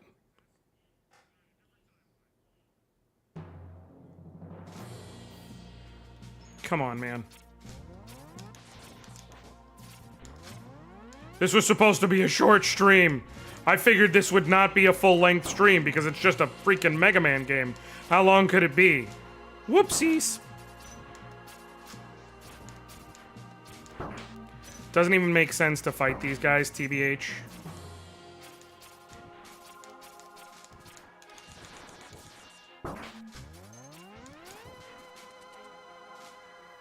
Dr. Wild timeline? Yeah.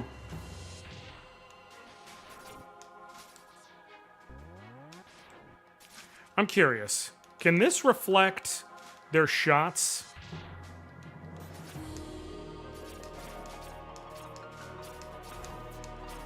Yes, it can. I just saw that freaking energy wave. Cool. Dope. That makes life so much easier. If I can just ignore these dudes. Cool.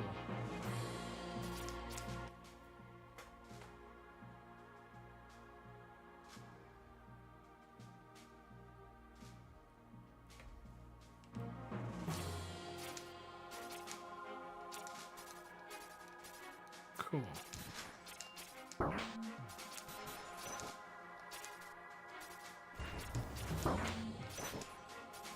Cool. Alright, what's the situation here?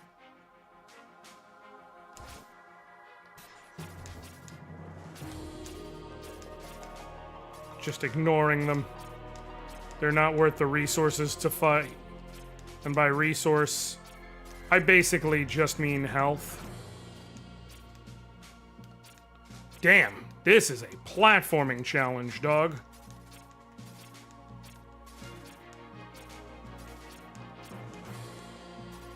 Whew.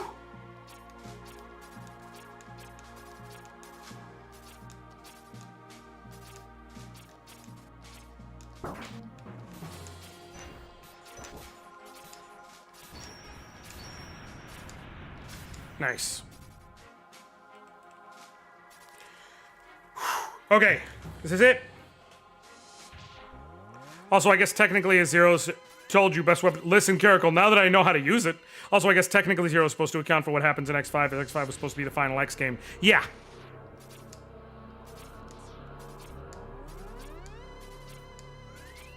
All right. Fucking Castlevania, Dracula's Castle ass steps. What is a Reploid? Welcome, Maverick Hunter. Our meeting was fated. Our destinies come to a head right here, right now. The time has come to usher in a new age, and your destruction, X, is an essential part of it. Your dedication to what you refer to as justice is what first got me thinking. I realized the imperfection of this world, and decided I must change it. Don't blame me for your insanity, Sigma! It's too late, X. The gears are in motion. There's no turning back now. The new generation Reploids were the ones, X. My children are responsible for all of this. Children? What are you talking about? The Jacob Project. The program that gave birth to the new generation Reploids. It only happened because of me. Wallow in despair and hopelessness. You are powerless in the face of the ruler of the new world. Now, X, you'll be destroyed along with the rest of this decayed world. Damn. Homeboy said, get some.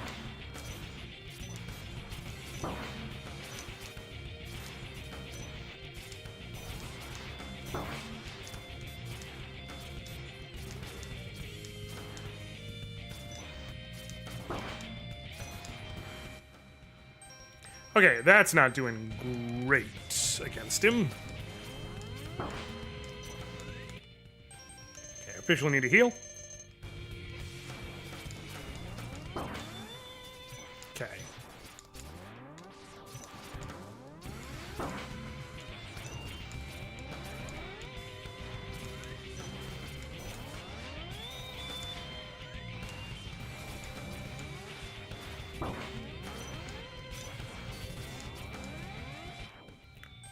Absolutely gonna be shield.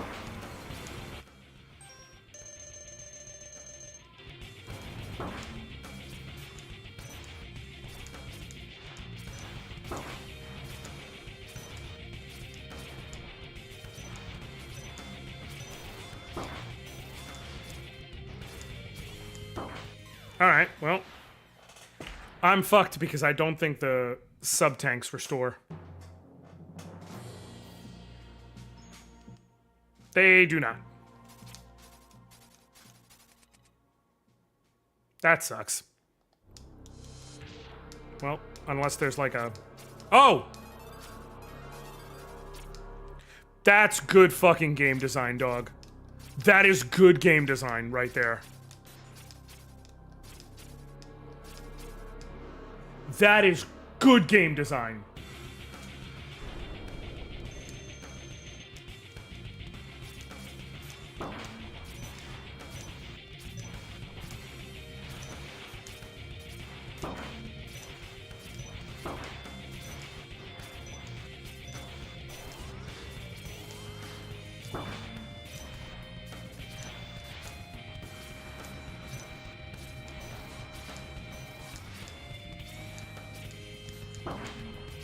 Damn.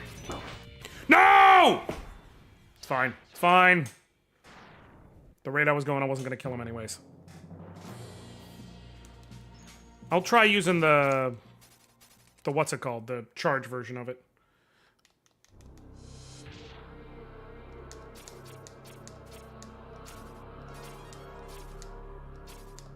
I have basically infinite tries at this point.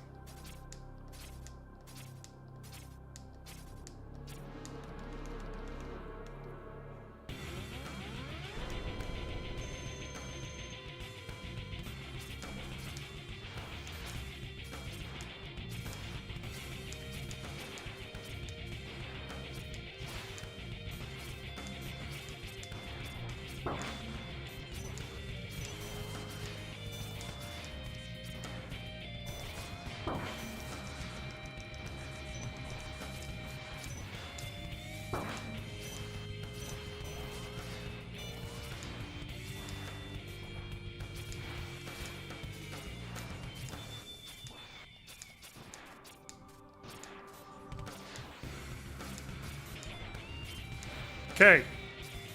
Come on.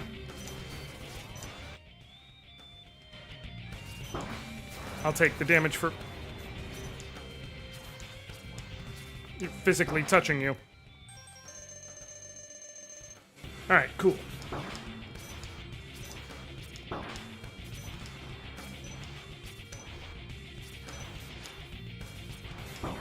Okay. Damn! I didn't hit the button fast enough that time.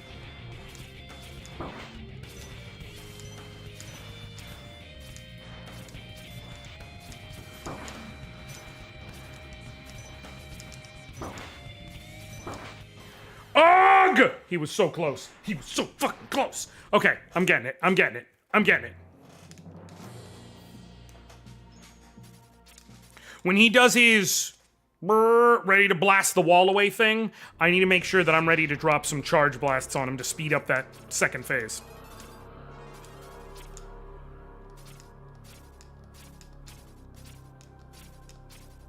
Like, for sure that is the play. Come on, come on, come on, come on, come on.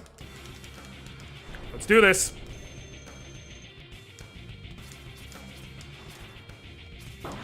Damn.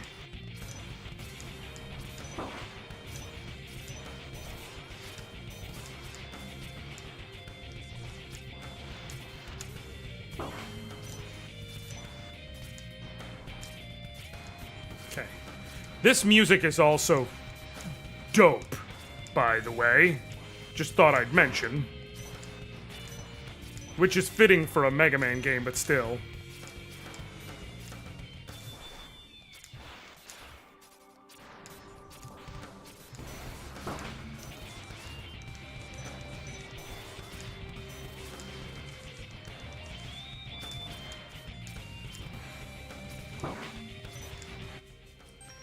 Okay, get that going.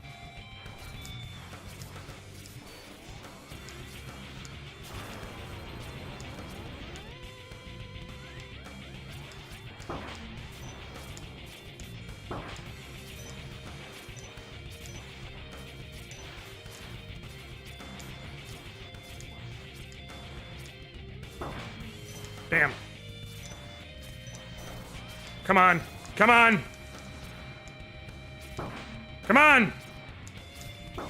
You son of a bitch. I got one more. I got one more in me.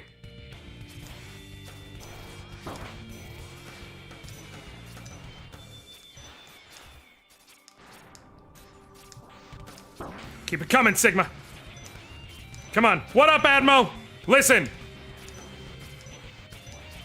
It is, but only if I manage to come through at the end! He might have another phase, but it's okay because this game has done well about, like, having consistent progression.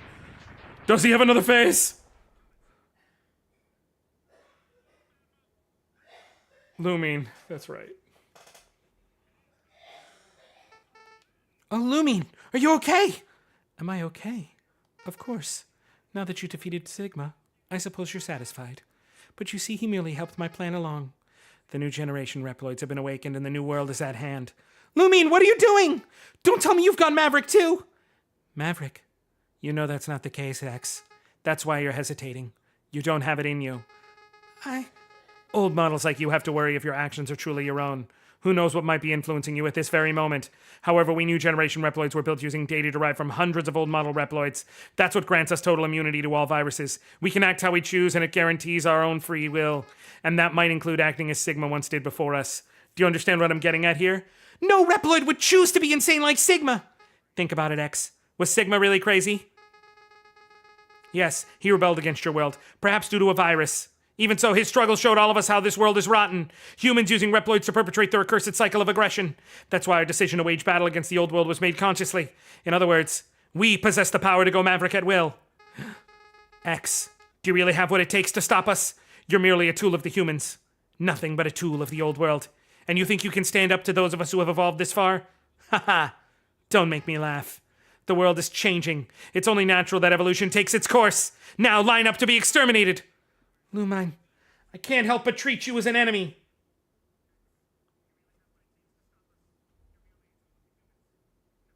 Hold on one second.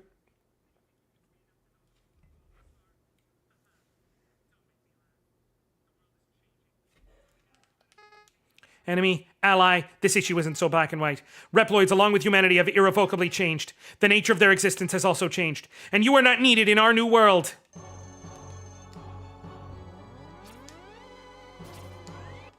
I believe it's Lumine. It might be.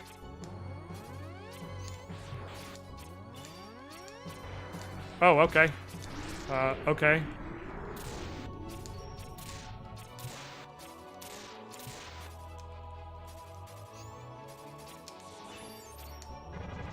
Oh, go to hell.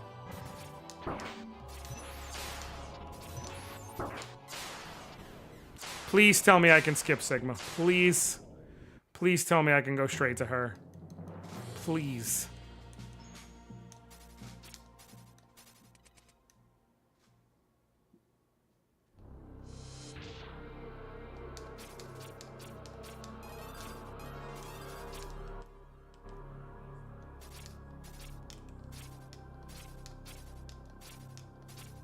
Come on. You motherfuck. I might be screwed if I don't go get the other upgrades. Or just learn to be better.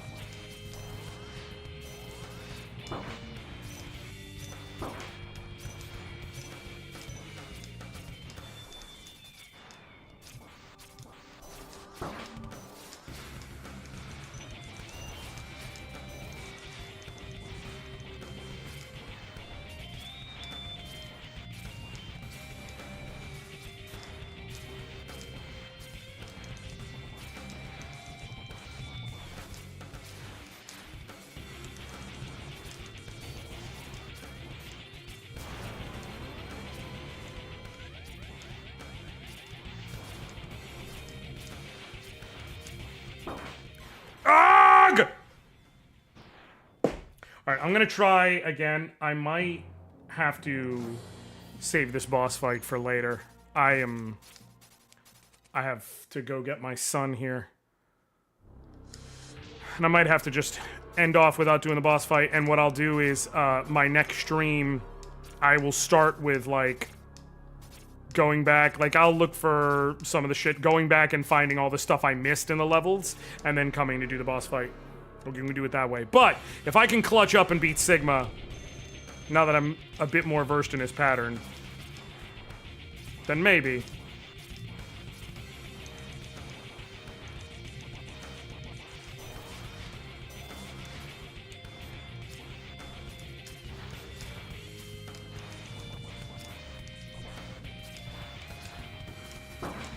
Damn.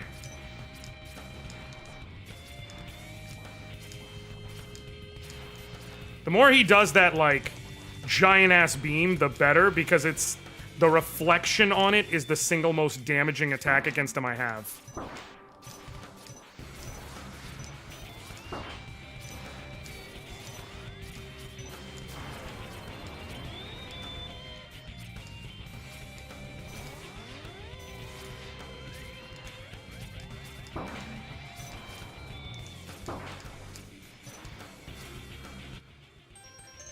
Alright, I'll try it with just one.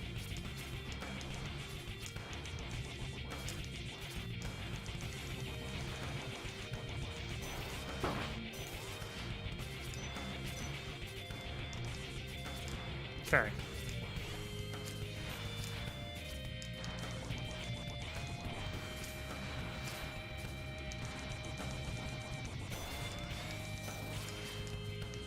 Come on. Nice.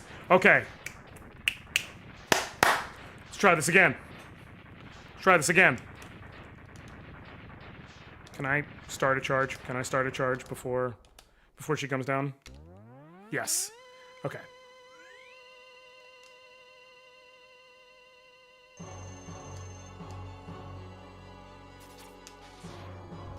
I fucking missed.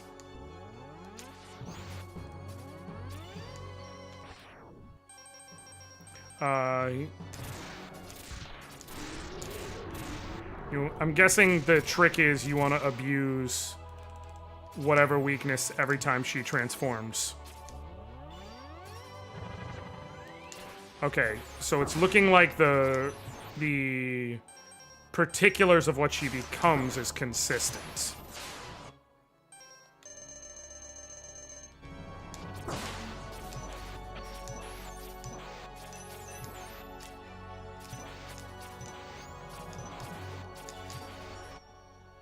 Okay, so here it's this.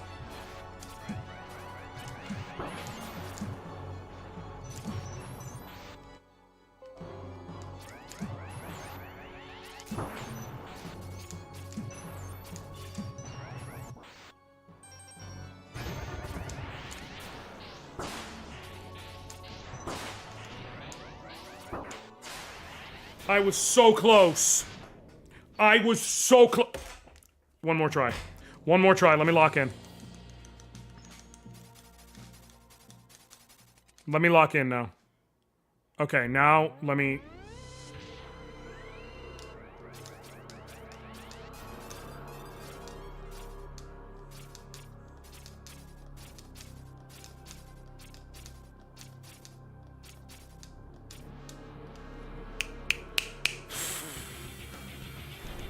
Okay, come on.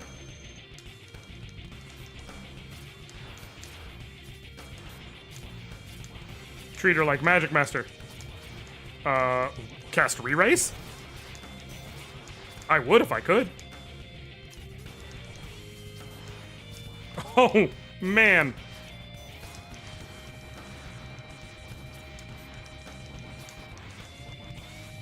Come on. Damn.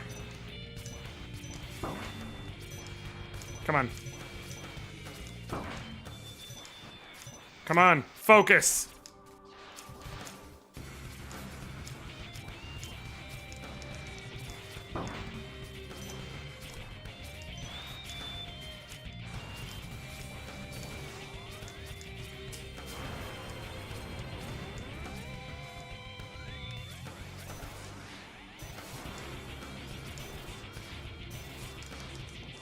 Come on, come on, come on. Come on! Come on, man!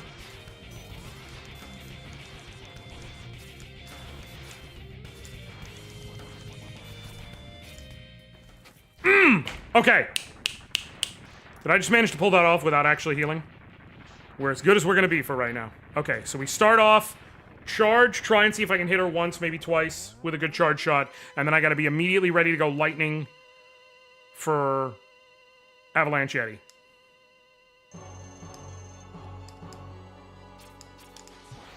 Nice.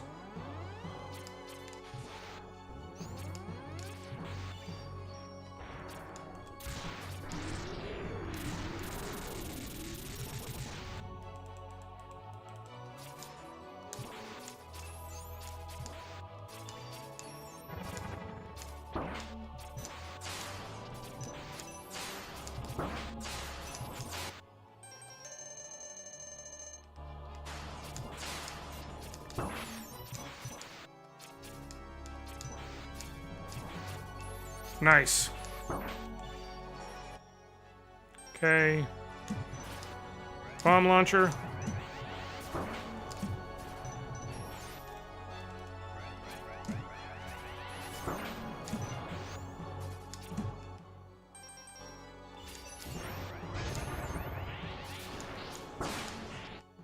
Okay, other healing.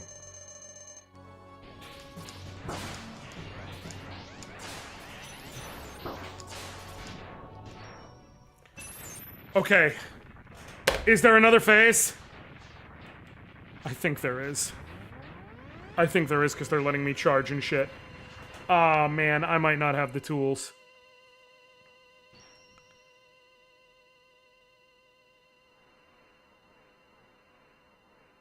Oh, good. We're facing Jesus.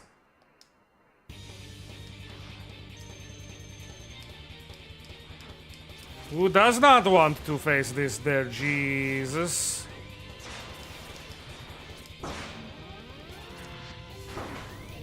Oh, good. Perfect. Exactly what I needed. Okay. Alright. Here's what we're gonna do.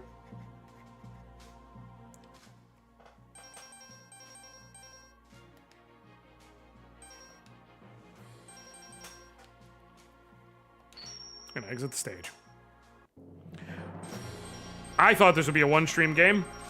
I think I'm gonna go and search for all the other upgrades next stream, and we'll beat it that way, because I have shit to do. So, I gotta go to my son. But, so, I think I'll be back tomorrow, midday, earlier than usual, so I can knock this out. We will go and hunt for the upgrades and such I didn't get. I'll go look for a walkthrough or something like that, and we will do the rest of it, and then we will kick all their asses, since it's multiple people, tomorrow. Thank you all so much for hanging out with me. I love y'all. I appreciate y'all. I thank y'all. Till next time. I'll catch you later, fam.